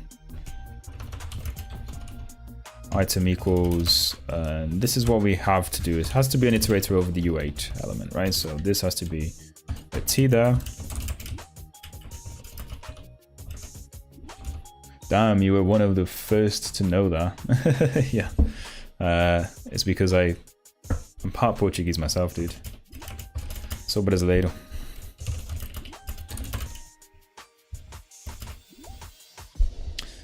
It's very easy to guess where people are from when you know the language. So yeah, I mean, we've got the program here, which is a T. Maybe we can do whatever. It's an iterator, or implement an iterator. And yeah, I mean, essentially we're going to go for each byte. So this is kind of the algorithm. So go for each byte in the array. We're also going to kind of check the byte against a set of instructions, set of implemented instructions here. And kind of update.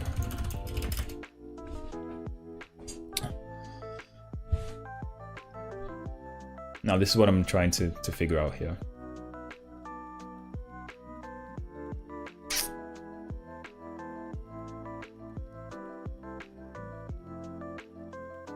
Yeah, and update the PC counter based on how many bytes we consumed, right? So this is essentially the algorithm we're going to do in Rust. I'm going to kind of stray away a little, well, go away from the C++ implementation that we have, in the sense that yes, we probably will have a switch case here, so a match statement for the, for each of the byte, and we're probably going to match against the function, right, itself. So how are we going to do that? Now,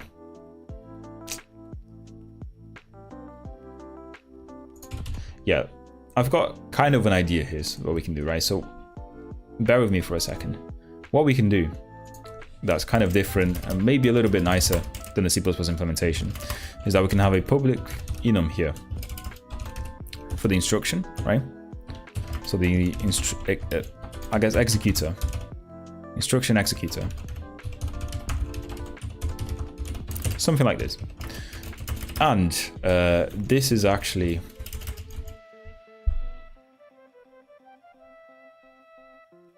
where we can match kind of each instruction to a particular function, right? But I am wondering whether I should do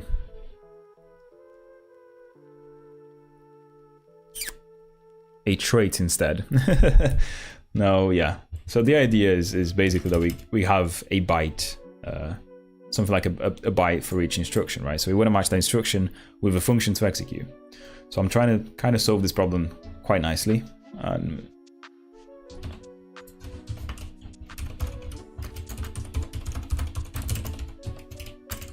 So maybe we do an enum. So we can have something like LDA immediate.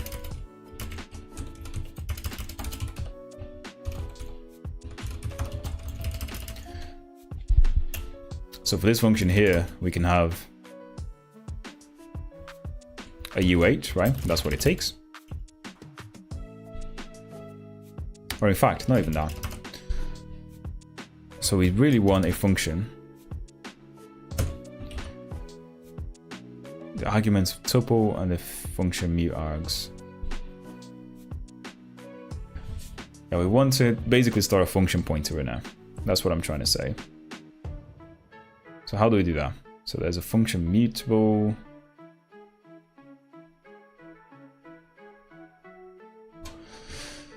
Ooh. I am wondering if this way is gonna work. I'm trying to kind of tie in the conversion of the bytes to a function that executes that instruction into the type system. That's what I'm trying to do here. That's why I'm having a little think about it. Because if we do something that's separate from the trait itself, then it might not exactly work.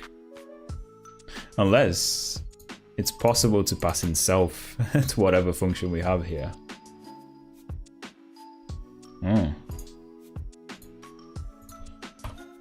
So the Rust function trait, which is a trait, right? Yeah, public trait, performs the call operation.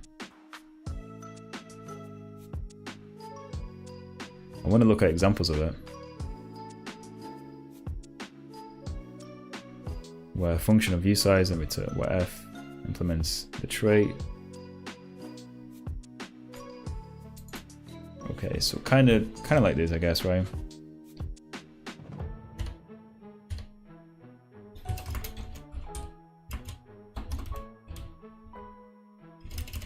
Can I even do this?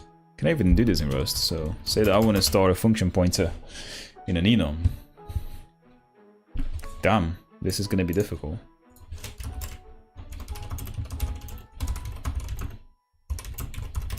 Store function enum.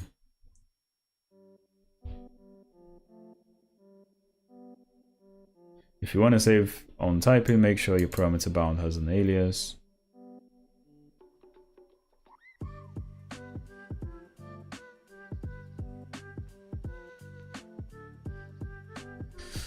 Damn. So we have a function here, takes a vector, and returns a result.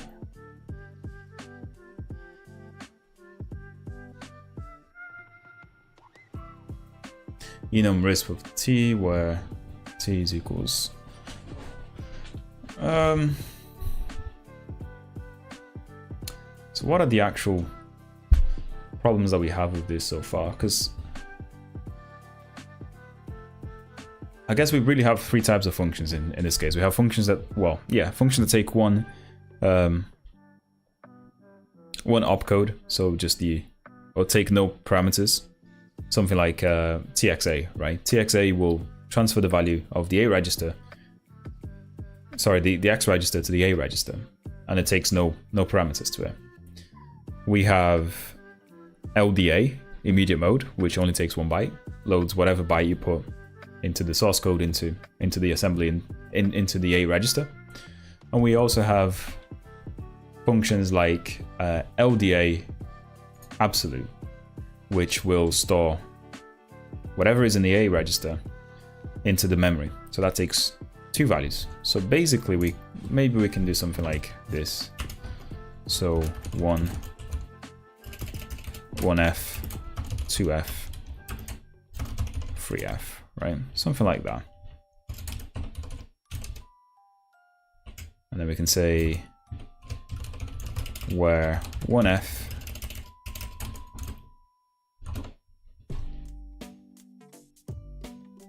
yeah, we can do something like this. So 1F is a function that takes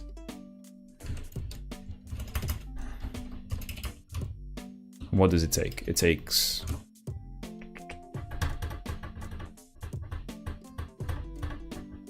oh, this is becoming interesting now.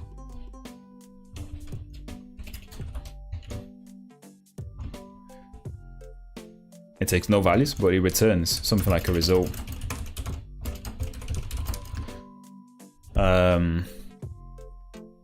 Of however many instructions we were able to run, so a usize or something like that, whatever's the usize. Or in fact, just a U8, right? That'll be enough for me. And we can put this where up here. Then 2F, it's kind of the same, right? You get the gist. So there's a function that will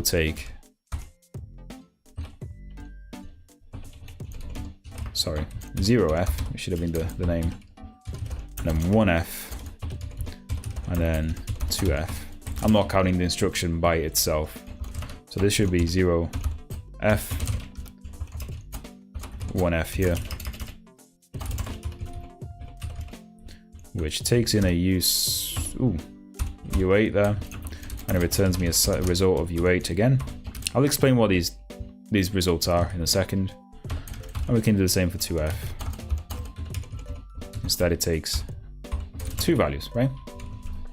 So the idea is that these results will be however many bytes we consumed for executing that particular function, right? So for example, LDA, which is this one here, will consume 2 bytes overall.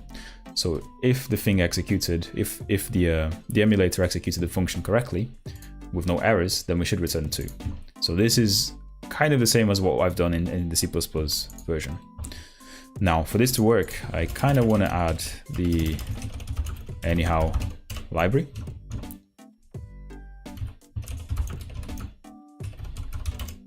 There you go.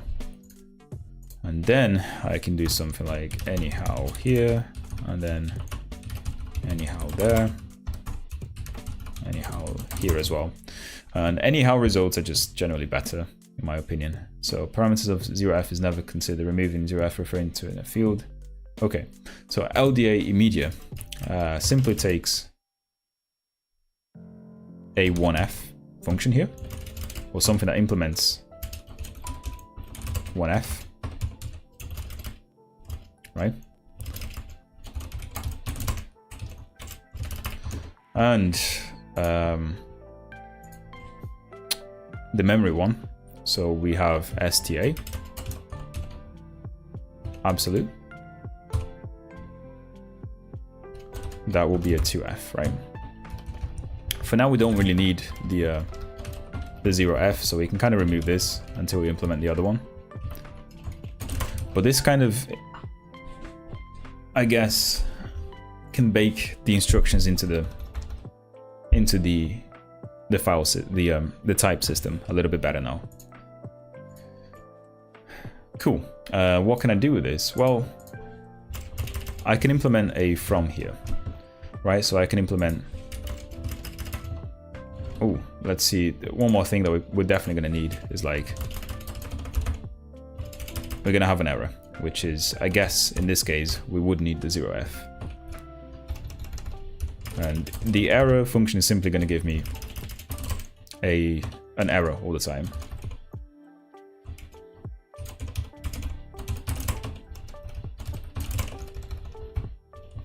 Okay, good.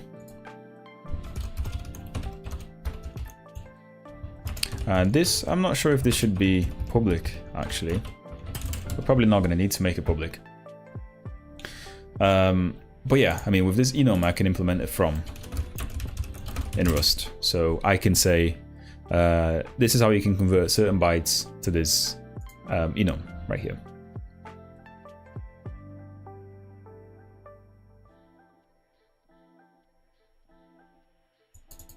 And again, this is probably not the best approach to this. You should probably be using traits. I just don't know how to use them very well, to be honest. I'm not that advanced on traits, yeah.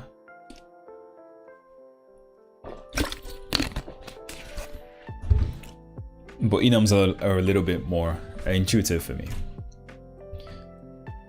So I want to basically do message, move message.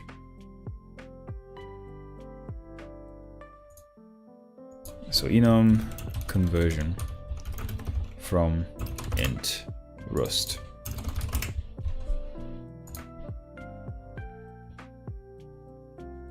And it would be nice if I could just convert. There was like a little derive or something like that. That I can say this is what you get from this integer.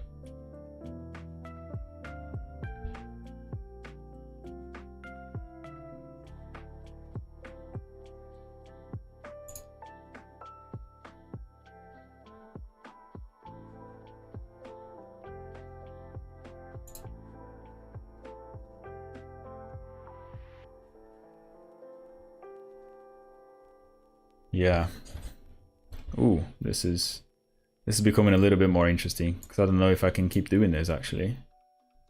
Well, the idea is that I need to get the CPU to give me one of these enums for every implemented instruction that we have.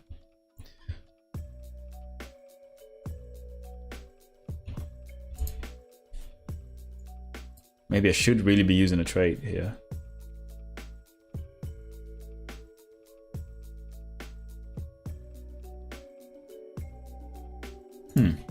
Let's start writing the algorithm and see where we go with it, right?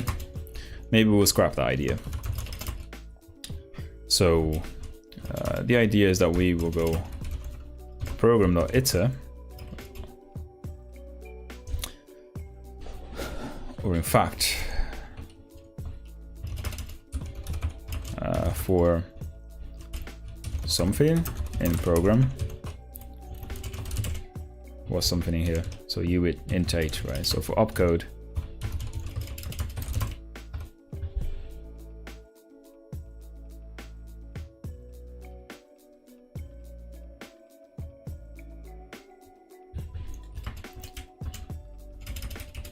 we want to match the opcode here.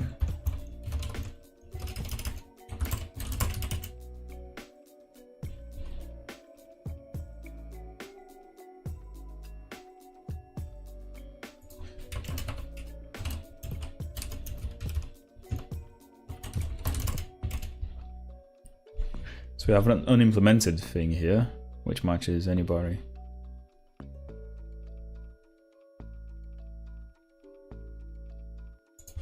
Okay. But it's something like A9, which is the first one that we do. And we want to do the self.lda immediate. That's what I was trying to do here. Maybe this, just writing the function straight away is much simpler than that.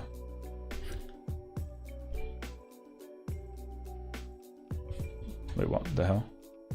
But I'm not too sure now.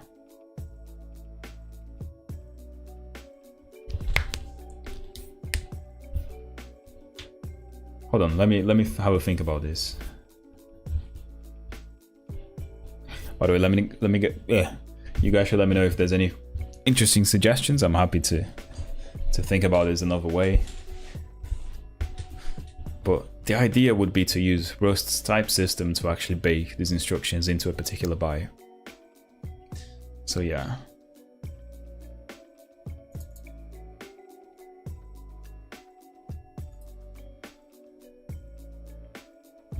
I mean, in this case, we can just return an anyhow result. I'll use size here. Let's work on a blackboard of sorts. Indeed, yeah. I mean, I have a Excalidraw. I don't think Excalidraw is going to help here, though. I'm not sure if drawing the problem out actually makes sense.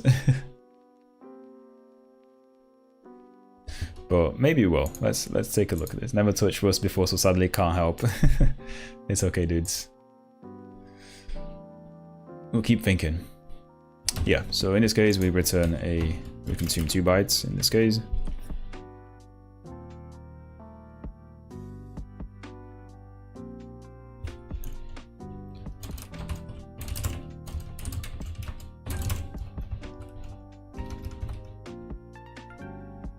So we return 1 byte here, and then we consume 2 bytes here. So OK of 2 will be the 1.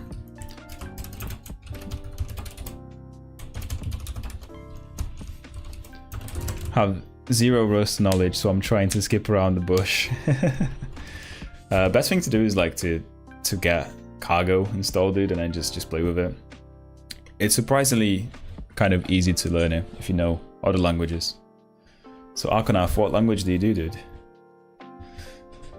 I don't think I've asked you before, because I know some of you guys, like Robin, do some C++ and Golang. And both of these languages have kind of similarities and differences between themselves and Rust. So, for example, if you know Golang and you know how channels work in Golang, it's basically the same in Rust. I'm surprisingly old. I don't think you are, dude. I think you sound like a young man still. I mean, 50, 60, still very young, right? Life starts at 50.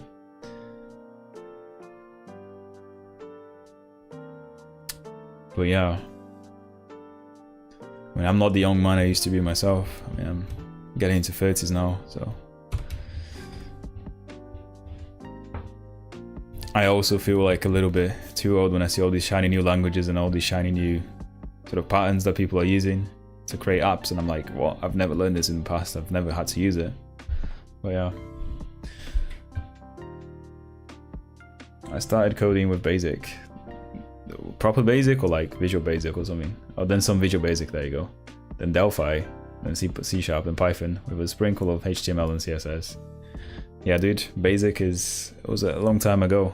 As you said, Commodore 64, right? That's what you used to code in now. Yeah, I wish I had some Basic experience. I mean, it builds the character, doesn't it? That's what I've heard. Programming in Basic builds character. I'm gonna take a little break. I'll be right back. So.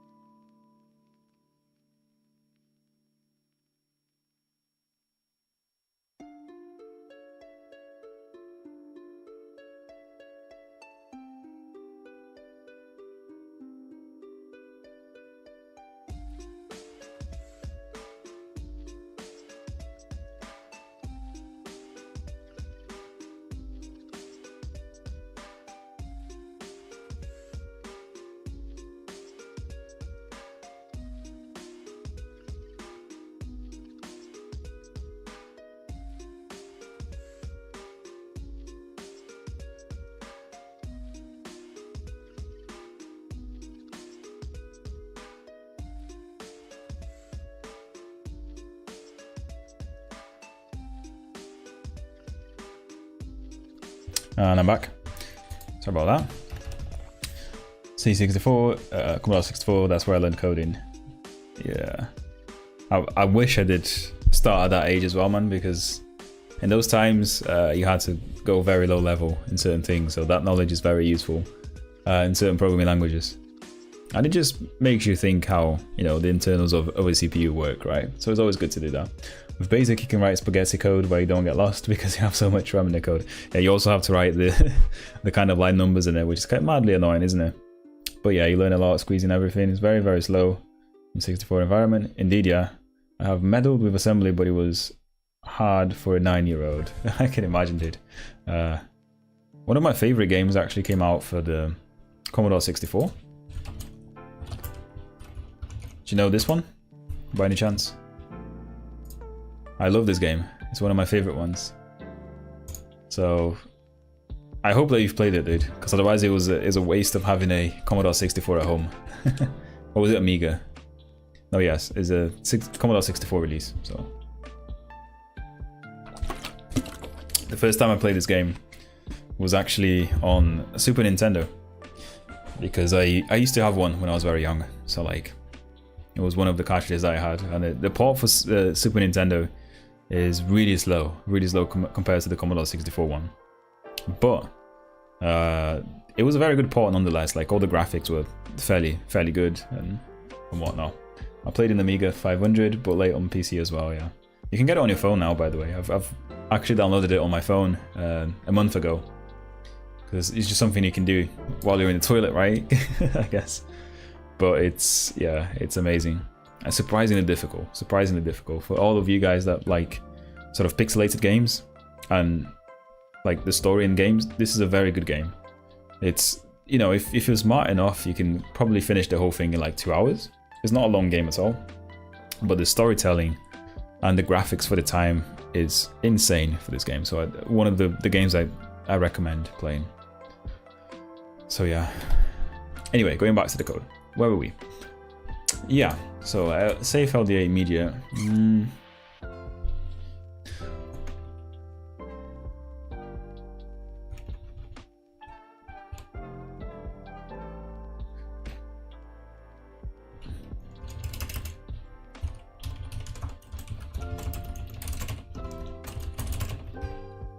offset shift here.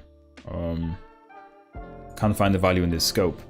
Right, so in this case, we kind of need to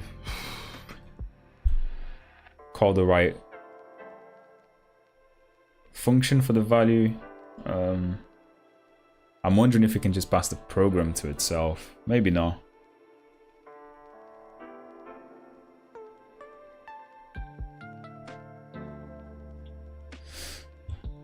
The storytelling, the first moment when the black wiggly worm scratches the knee and you die. Yeah, that's so annoying, isn't it?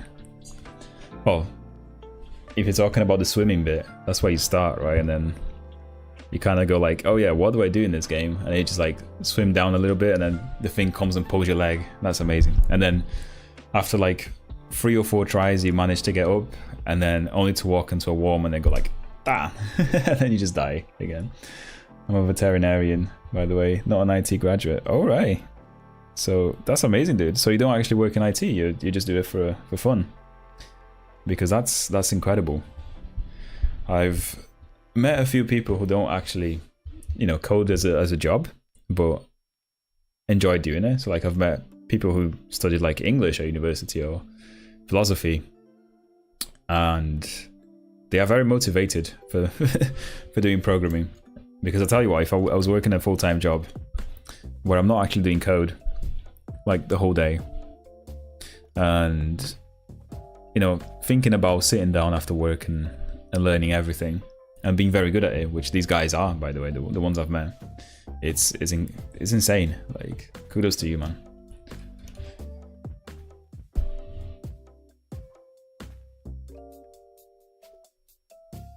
So if my dog is ever sick, dude, I'll come to you.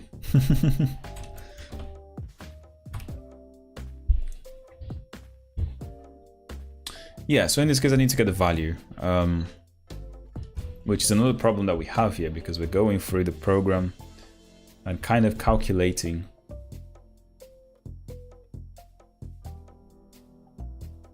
by. So I wonder, is it possible for me to actually step? So if I've got an iterator in Rust, how can I step over the next one? Sure, I should really join a Discord as well. Yeah, you're welcome to join it, dude. I mean, I'm always online in there when you want to chat or just advise about something. Feel free to do it. I think someone just joined this. That's probably you, right? There you go. Welcome, Ahmed. And welcome to the group. I mean, all the guys that usually join the stream are there as well. So Robin is someone that it's really good to talk to whenever you have questions, and I'm not there because he knows everything too. But we have quite a few of us in there.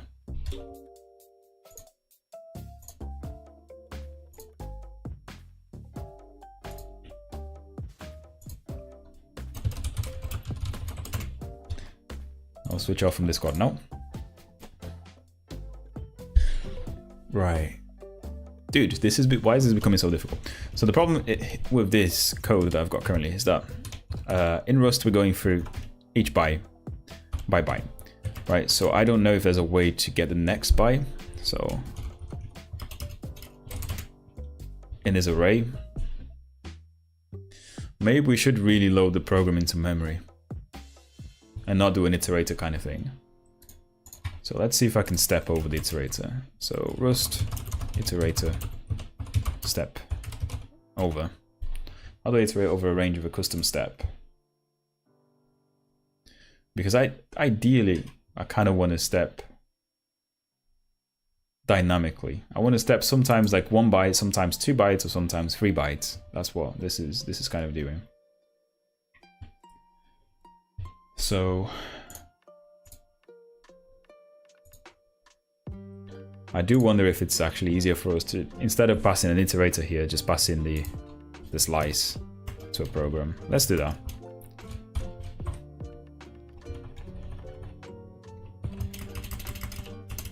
I'll think about that later on. So instead of this, what I can do here is like for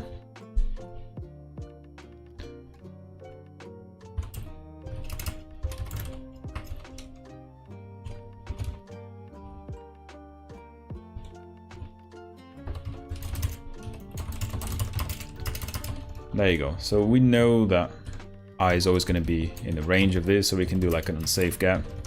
Let's just move all this code into here. And now it's kind of easier for us to do whatever we're doing in C++ before.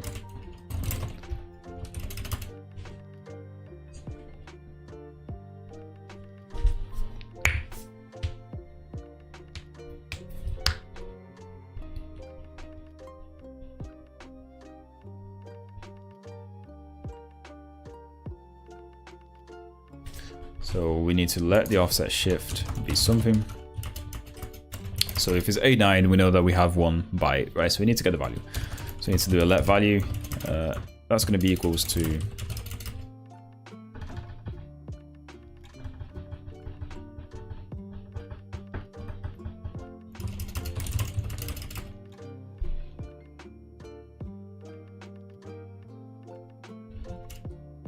I guess the program dot get.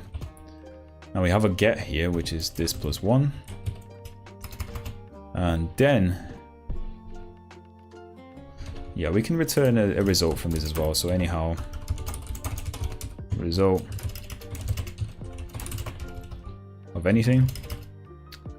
And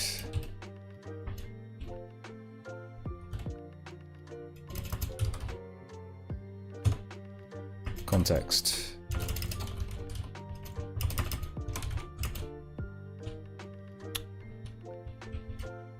So instruction value is not in range or something like that. Okay, so now we have a uint 8 there, and we can obviously pass in that value in here, which should be copyable, right? What is the issue here though? So we expect an enum result and we return nothing. That's fine. We can just return an OK here. So match opcode.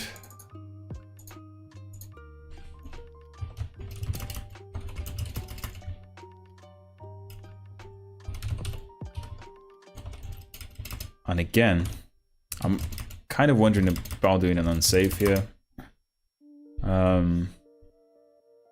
Maybe I don't need to. Like the performance benefits of doing an unsafe in this case doesn't really matter too much. So we have the opcode. That's going to be the program dot get. Actually, yeah, it doesn't matter in this case again, because we know that I is always going to be in range, right? So we have program dot get unchecked, and then we have I in this case. You know, this is I is always in range because of the for loop definition, right? And then we can do a match on the opcode here.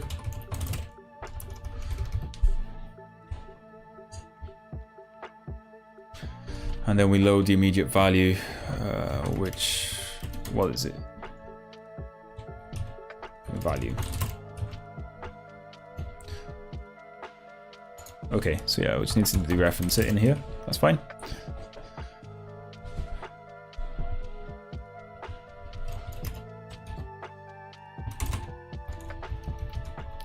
Yeah, for those who don't know, the question operator basically says, you know, if you have a function that returns a result is basically kind of the same as a C++ optional, but it has an error attached to it if it's a null value.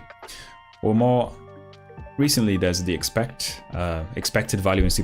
So it's expected is basically Rust's result, by the way. That's where they stole it from. And if you have an error value and you put a question mark here, it simply stops the execution of the current function and returns the same error to the function return type as well. So it's just a bit of syntactic sugar that makes things a little bit more readable, right? That's what it does. And at the end of it, what I want to do is like do a self.cpu self.registers, I guess, .pc. We simply add the offset shift here. Simple as that. Found uint 8. In this case, we need to do as a u16 here. Again, it's not a problem in this case because the offset shift is always going to be a u8. we're never going to read more than 3 bytes. Basically, that's what I'm trying to say. So yeah.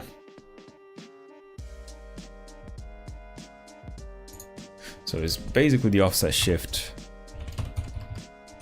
+1, really, because these functions will return how many bytes they consumed themselves. But yeah. And then we can also do here something like I.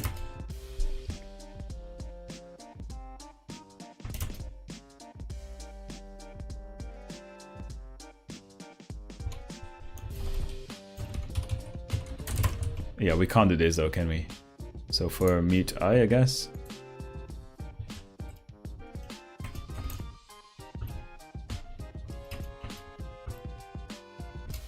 Does that work?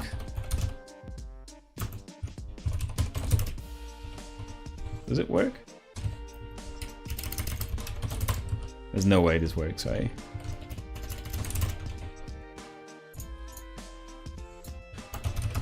This song is kind of making me fall asleep, so I'm gonna switch it. So Rust, iterator, step over.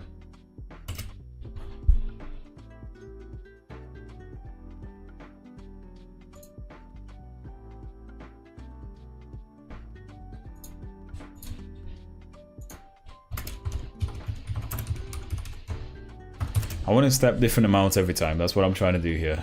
So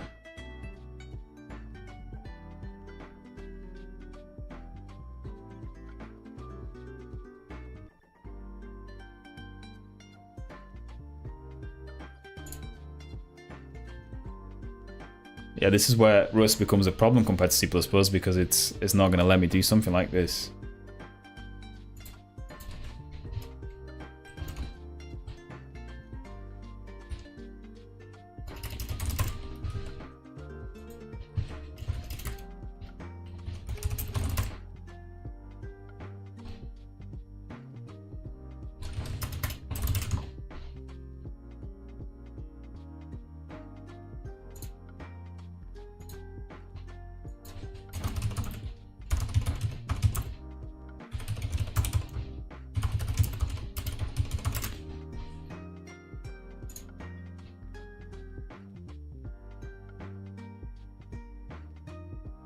It's kind of annoying when you have very basic like logic that you can't really implement in Rust because of the way the language prevents you from doing certain things, which is probably for safety. There's probably like a construct that already does that, so it's just about finding the good alternative.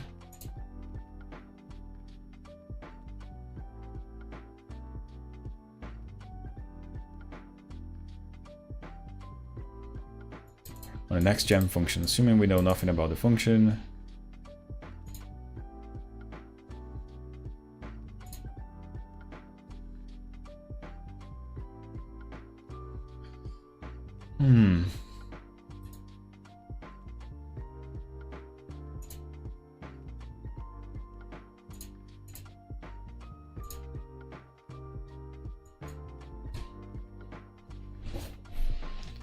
Yeah. I think you're gonna have some issues here because what this actually does is like the 0.program.len actually gives us a range in Rust, which is something that implements the iterator type, and with the iterator type you can do a .next all the time, right? That's basically what we have here. So we have to kind of take a step back and do a Rust for loop, a raw for loop, I think. So something like this, basically. Which is fine to me as well, I guess. So it just has to be a raw loop.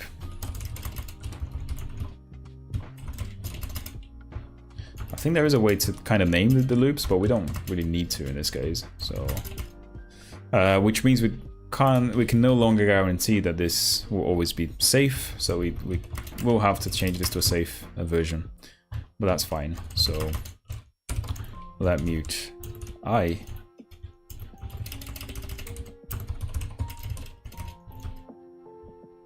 I'm gonna start from 0. Yeah. And at the end at the start of it, we can just do something like, you know, if I is more than or equals to the program.length, we're gonna break, right? That's what we're gonna do. If not, we're gonna do everything else that's in here.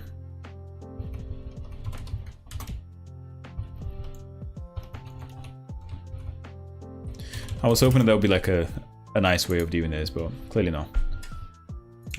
So I close offset shift is match types, usize and uint 8. Again, this is fine as a usize here.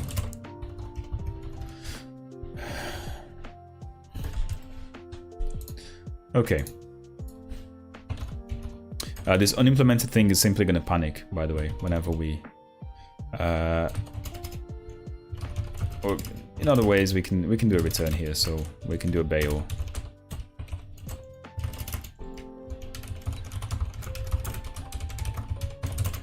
We can do that too. So bail comes from anyhow,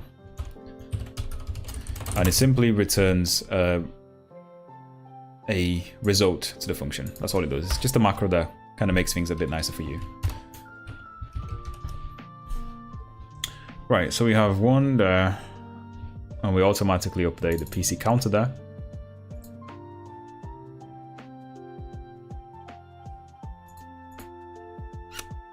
Actually, the unsafe instruction in this case cannot be unsafe anymore, because we're now no longer iterating through the array linearly between 0 and the size of the program, because we're always kind of offsetting this. But this should always stop, though. That's the thing.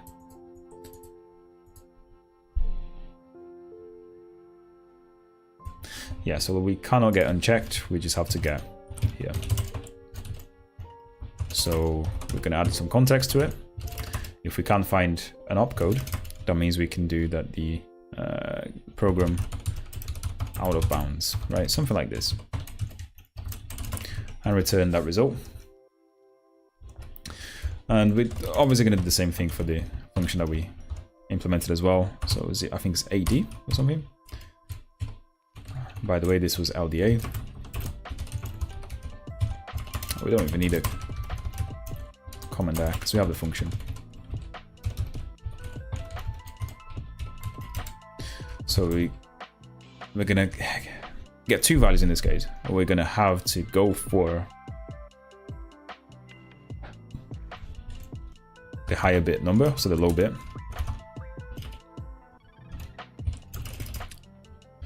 That's going to be a program. I'm just going to copy this actually. It's going to be the same logic here.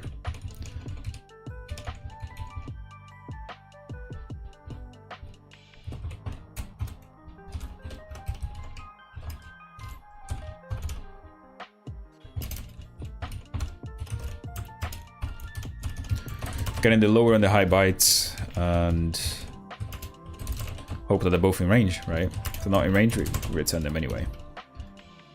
What is the issue here, though? Match arms have incompatible types. Ooh. Oh, yes, they do.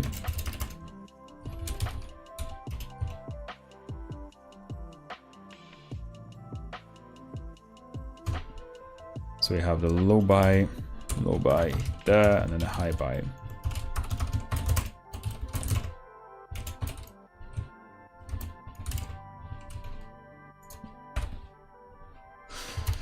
Okay, what's the problem here though? Arguments this method are incorrect, found... Okay, yeah, no problem. We can dereference both of them. And yeah. This, in theory, should be enough to execute the program that we have generating things. What we haven't thought about, yeah. What? What do you mean they're never used? They're literally there. So methods LDA and immediate and emulate are never used.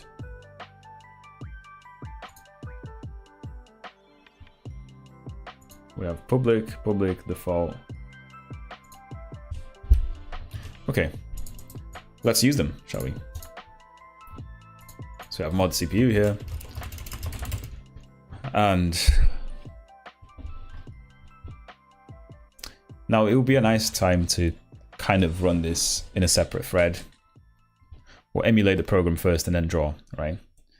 So as you can probably guess, instead of having this loop here, we're going to go through the memory address of the program. So first of all, let's do some file reading, shall we? So I'm going to add a quick command line interface argument parser to this. So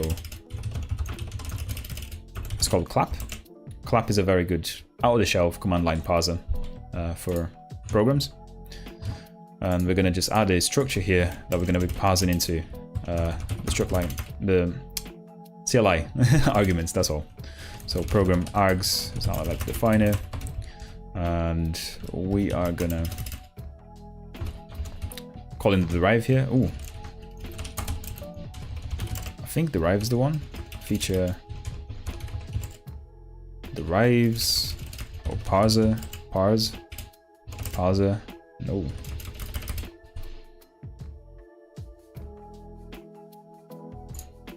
There is a particular feature that I need from that library though, so Rust.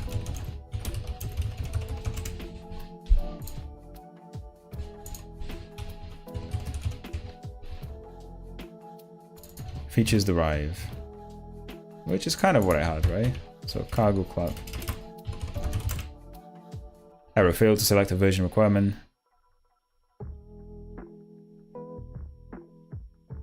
Perhaps a crate was updated and forgotten to be revendered. Ooh, I don't know. I have no idea, you tell me, Rust. So let's look into the cargo toml and remove that for now. Oh yeah, we already have derive there. Anyway. We can call in the derive here.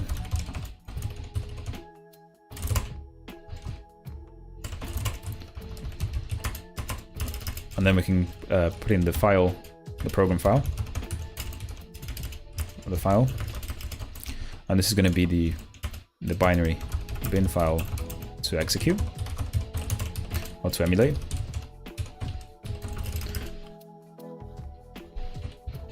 And we do need a little arg here, I think.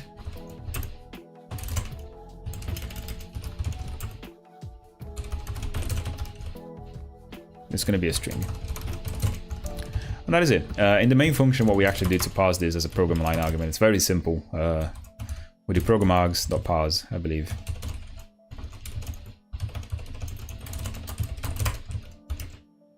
Now, why is this kind of not working? So fail to select a version for clap equals 4.4. I can remove this. I can remove this and add it again.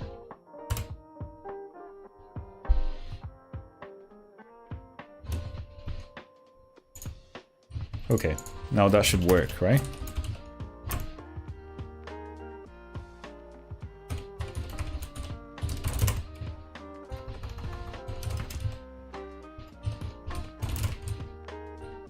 Yeah, there you go. So we have program args,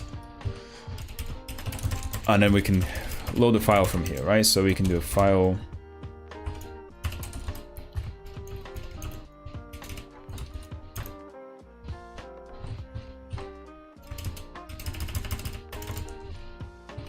We want to make it required as well. I think by default it's required anyway. Yeah, I think by default this is going to be required. Let's do print line here real quick. So loading the file.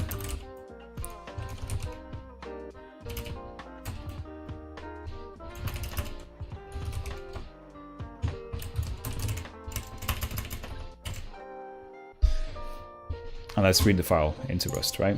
So file reading in Rust. Kind of remember. Reading a file. So fs read to string, that's the one.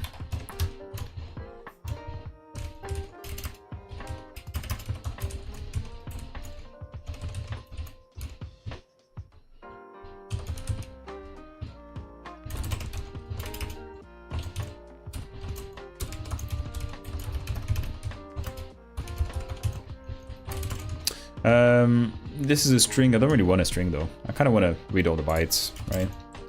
Rust read all file bytes.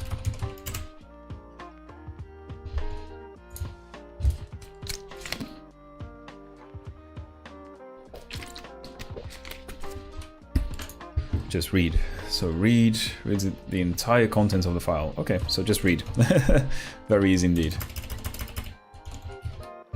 Read of args.file. Now this returns me a result, right? So I kind of want to check here, right? So if the program, or in fact I can match it here, right? So I can match this, and if it's a okay of contents, it's going to be the content itself. Otherwise, so error.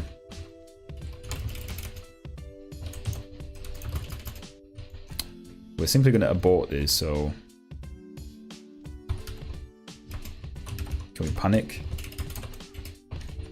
What's panic take?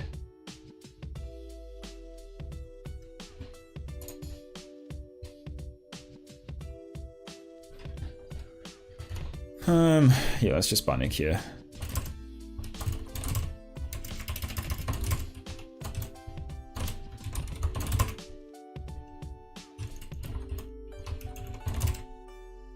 Yeah, it does work like that.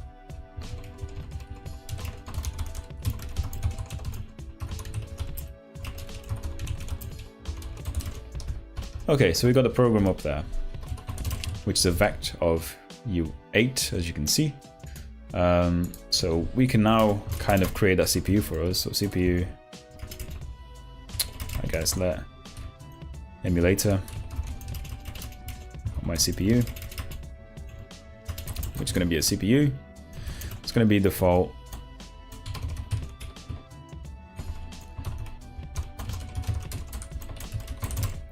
It's going to be the default CPU, right? So what is the issue here? Oh yeah. I've imported my crate default. We don't have to use default in this case. We've got crate default. Okay. Anyway, let's go back to this. And this should really be at the top there somewhere. And this has to be a mutable reference. What I need to do now is do a cpu.emulate, right? Program. That's how it's going to be. And again, we're probably going to do a match here. So if let error,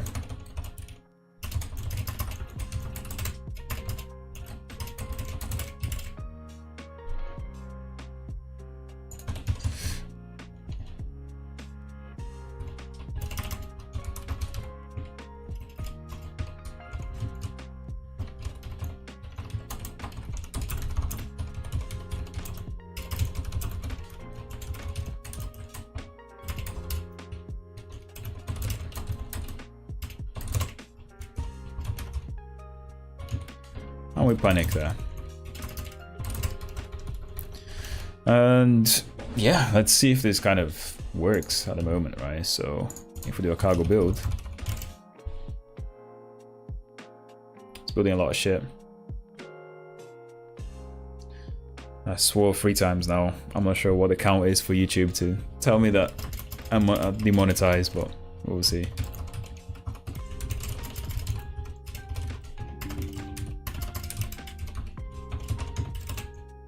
There you go. So it does require the file. The file can be something like, you know, home, my name, development, rs65k. And we have to put in the file in here, of course. So loading the file, could not execute the program, instructions not implemented. That's better.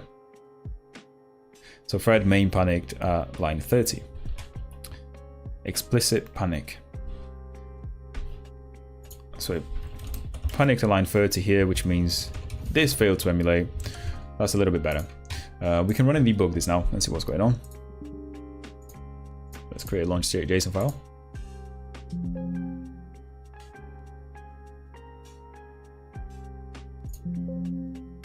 Okay. So we have debug executable, rs36.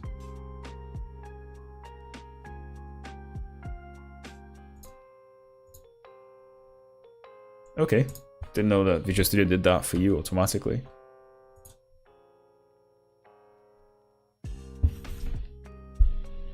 Now, it's not going to work, actually.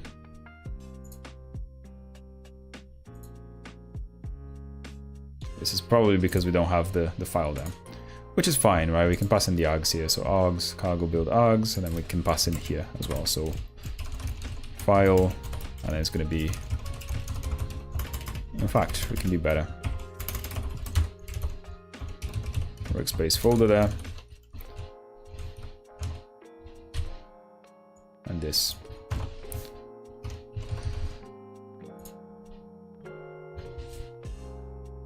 Okay, let's go into it and see what happens. So the program length, the opcode, we get that. So 169 sounds about right. Should go into there. So the value's not in range. LDA immediately. And then we shift the registry. That should be 1 here plus 1. We shift it by 2. That makes sense. Okay. And then the opcode is what? In this case. So 0. 0 is the opcode. Huh.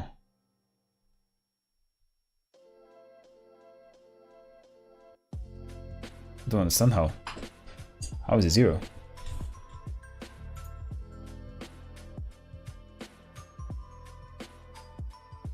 Ah, okay, so it didn't actually shift to I.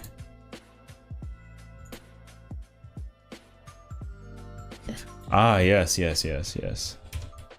has to be plus 1 as well anyway. Otherwise, it's not going to shift anything. Yeah, that makes a bit more sense. Let's debug it again.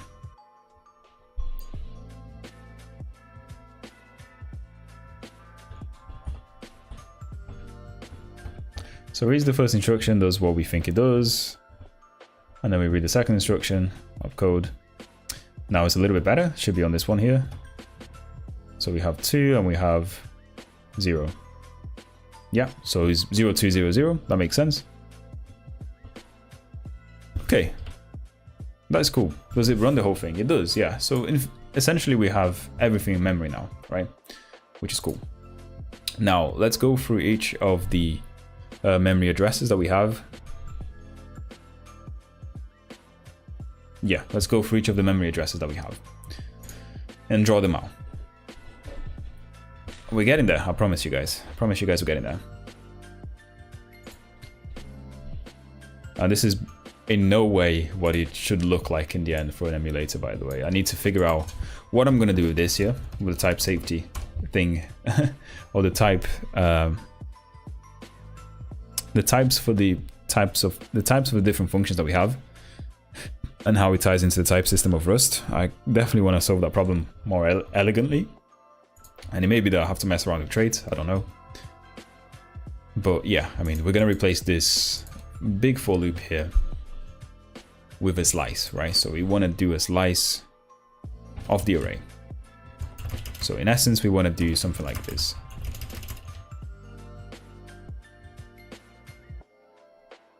So something like U8, yeah.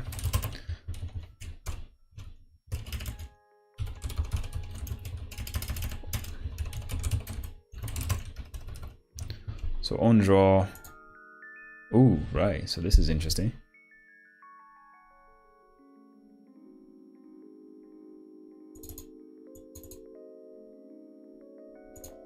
Yeah, so this is where we draw things, but we also can't access. There's an easy way to do this though. We don't want to mess with the tray. What we do want to do here is something like, we want to copy the data every time, right? So essentially what we want to do is, we want to have the pixels in this. And that is all going to be something like U8 there. Now how many different ones do we have? Well, we want to have 32 times 32. That's what we want to do, right? Bytes. What is that? 1024, right? So I guess that is just 0xFF, right? That's 1024.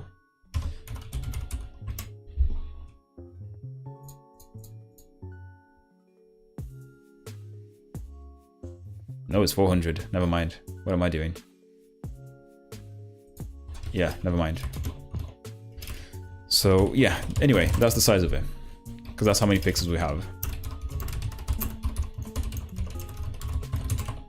And we're gonna have to kind of change this every time, right? So whenever we create a my window handler, we're gonna have to put that array in here. So in essence, what I want to do is I want to have the pixels here be something like the CPU dot memory. And I'm gonna get a slice of it. So I want to get it from 0x0200 to, right, which one is it now?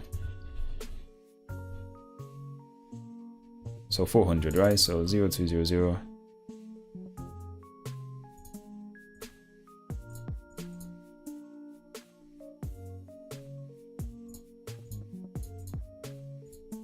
$600, that's the one. 0x0600. That makes a bit more sense. Mismatch types, expected you int 8 found. Ah, okay, never mind. So how do I get a range? Get sub slice in Rust.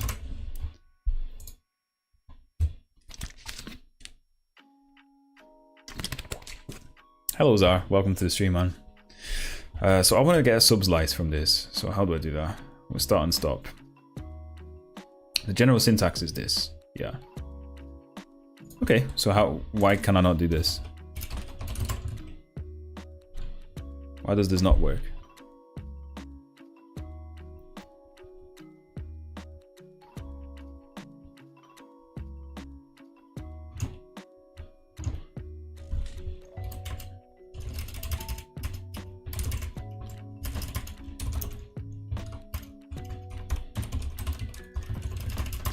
So we do the pixel slice here, and I want to let that be something like CPU.memory, and as we saw, 0x200, 0x0 to 0x0600, which is a slice of that. Okay.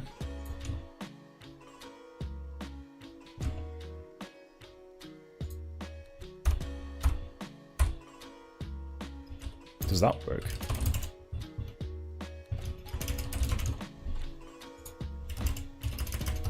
Get sub slice. So Rust, you get a sub slice of array, or sub array of array. That's what I want to do. I kind of just want to copy one to the other, to be honest. Sub array instead of a slice. Yeah, there's a difference in Rust between arrays, slices, you know, you probably know this. So this syntax here is for like an array, usually on the stack. So I want to turn, I just want to get like a sub slice of whatever array I have in CPU mem, which is also an array, by the way. It's not a slice. So yeah.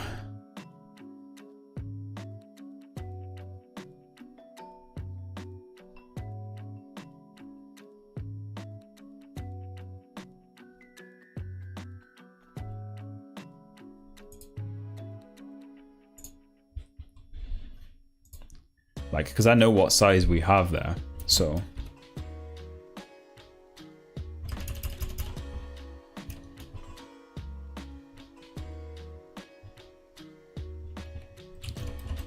As array, as slice, no, that is not what I want.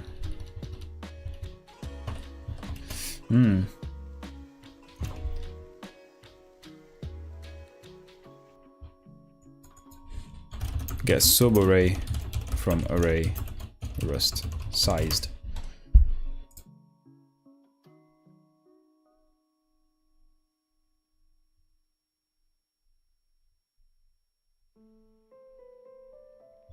Using slices is the way to go. It's an array, so you get all the slice methods on the array. We take, for example, this to this and turns it into a slice like this. Copy from slices. Note that a copy from slice, you need to ensure that A and B have the same length, otherwise the method called panics. An alternative, but very similar way would be to use create by reorder. Subarray and array. Yeah, this is kind of what I want to do here. Get a reference to a subarray of length n starting an offset.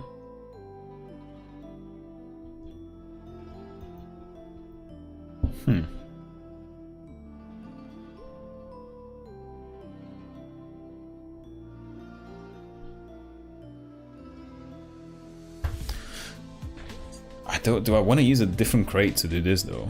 I really don't. That's the thing.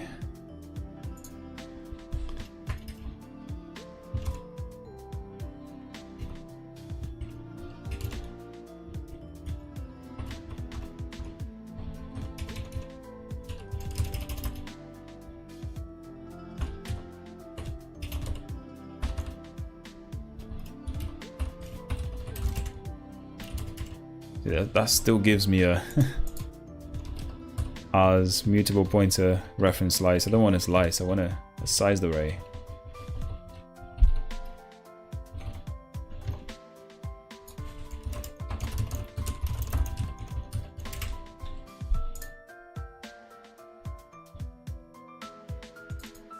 Try into seems to be the one.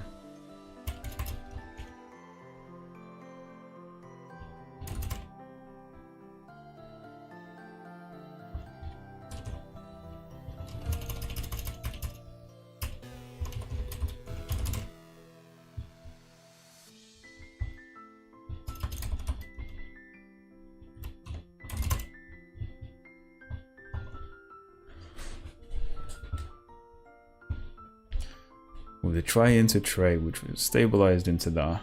This is getting difficult. Like, how do I turn a slice into an array? A fixed size array.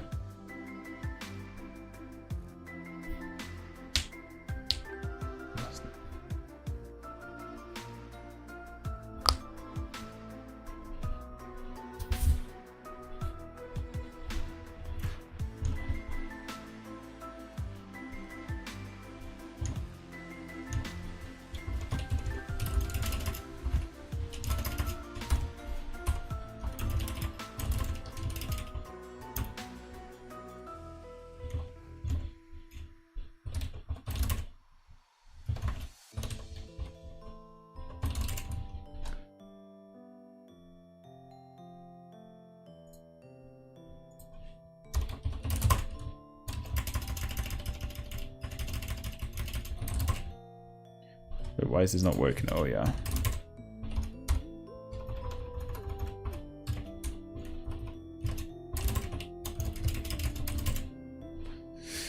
Why is trying to not working now? Expected array. Found reference. Okay, yeah. That is correct. There you go. So this should always work now, right? Let's hope so.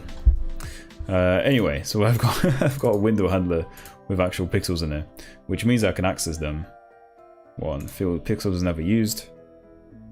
We just used it there, but we can use it here. And we can do something like, you know, for I guess I and pixel in enumerate. I guess self.pixels dot enumerate iter dot enumerate that usize and pixel 8. There you go.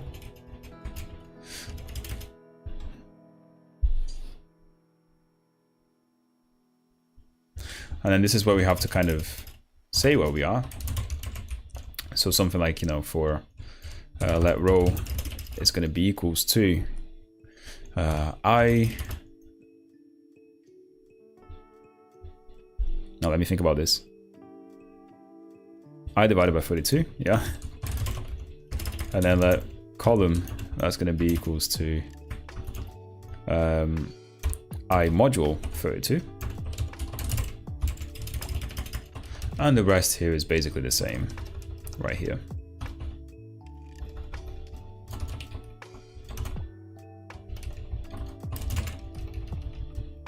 And if things went well, we should be able to remove that one.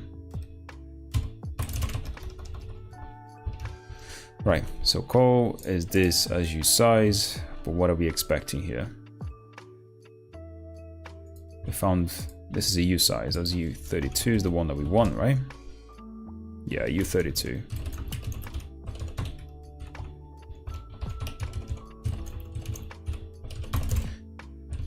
Okay, and the pixel itself, or the color, I guess. Color ID, that's the one. Color I, we already had that up here. Now, what is the issue? Color I is U8, and what do we need to do? So this cannot be indexed by the U8. But it's implemented for that.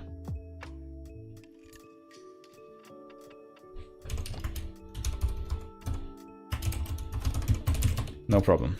We can do a let color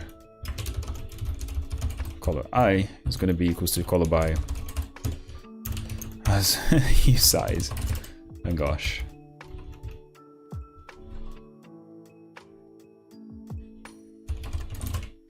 There you go.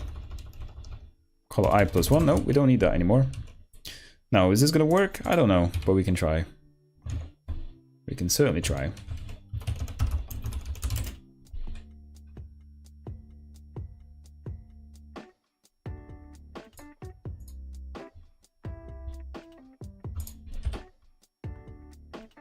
And there you go. It works as expected, which is good. And you guys can probably see how easy it is to implement something like this in Rust, where you're doing sort of a lot of like unsafe memory access, because the language kind of stops you from doing stupid things, right? So if we compare this one to the C++ stream where we got stuck in very different things, then you can pretty much just see how fast this was compared to the other one. And obviously we haven't implemented, you know, nowhere near as many cool instructions that we have on the C++1. So that's part of it. And also we've looked at this project knowing how to implement this already, because we've already done this before in C++. But I still guarantee you that this is a lot more hassle-free than the C++ implementation is, just because of the memory safety stuff. But yeah, I mean, do I have the other Robin? Yeah, yes, Robin, happy face indeed.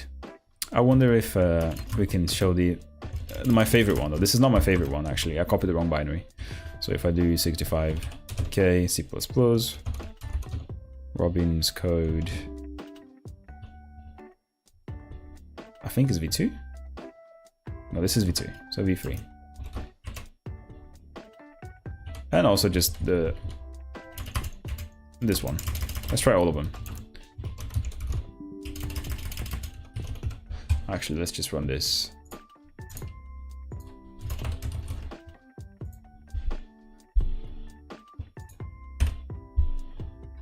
Yeah, this is my favorite. And I think it's better if we just clear the screen with a different color in that case, right?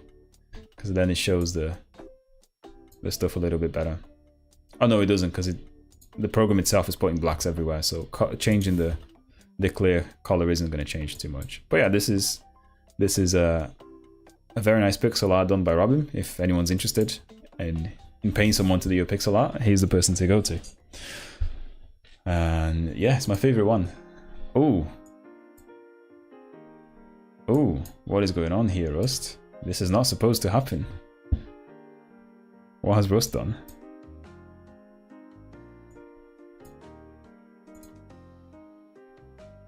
Memory safety issues. And it doesn't seem to be anywhere in that code anyway, so... Or maybe it is. Ooh. So this is the one, we're on loop.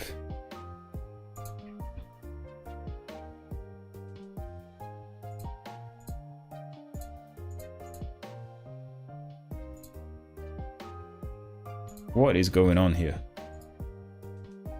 Let's try that again. Rust is not supposed to let that happen though. It's when I close it, I think. Yeah, there must be something I haven't implemented, like a closing function or something. Or maybe the program itself, the library itself has a memory address. It's not our code. I'm pretty certain. It's not our code. Yeah, it's whenever I close. Look, I can do this. I can do minimizing, but closing though, nah, you can't do that. It would be nice to figure out what's going on, but I don't have time now. And I'm pretty sure this is within the library itself. Look, it's the run loop thing that's actually messing up. Like it's not part of our draw function. And we have mostly no unsafe code here apart from one access bit, right? But anyway, I'm gonna call it here, guys. It's been a nice and calm little first stream from my little holiday that I took. And I thank you all for joining, and this time it's been much quicker. I'm going to try and post all of the source code on a repository somewhere once I fix some of the issues and once I'm happy with some of the implementation, because right now I don't really think this is the final implementation of things. In fact, I want to improve a lot more of the CPU implementation itself. Like I want to get this sort of relationship between the opcodes and the functions into the type system somehow. And I don't really like just having the switch case here. that's what I'm saying. I wish this was a little bit easier to kind of implement and to extend. That's what I'm saying. But yeah, I'll think about that. And yeah, it's been relatively easy so far, to be honest. Didn't have any major issues with Rust compared to the C++ implementation where we had all sorts of bugs everywhere and even threading bugs that it took a while for us to kind of figure out. But thank you very much for joining, and I'll see you guys next time. Have a good weekend, and yeah, thank you for joining, Robin, again. It's always a pleasure, dude, to join you guys. And yeah, have a good Saturday if I don't speak to you. Bye bye.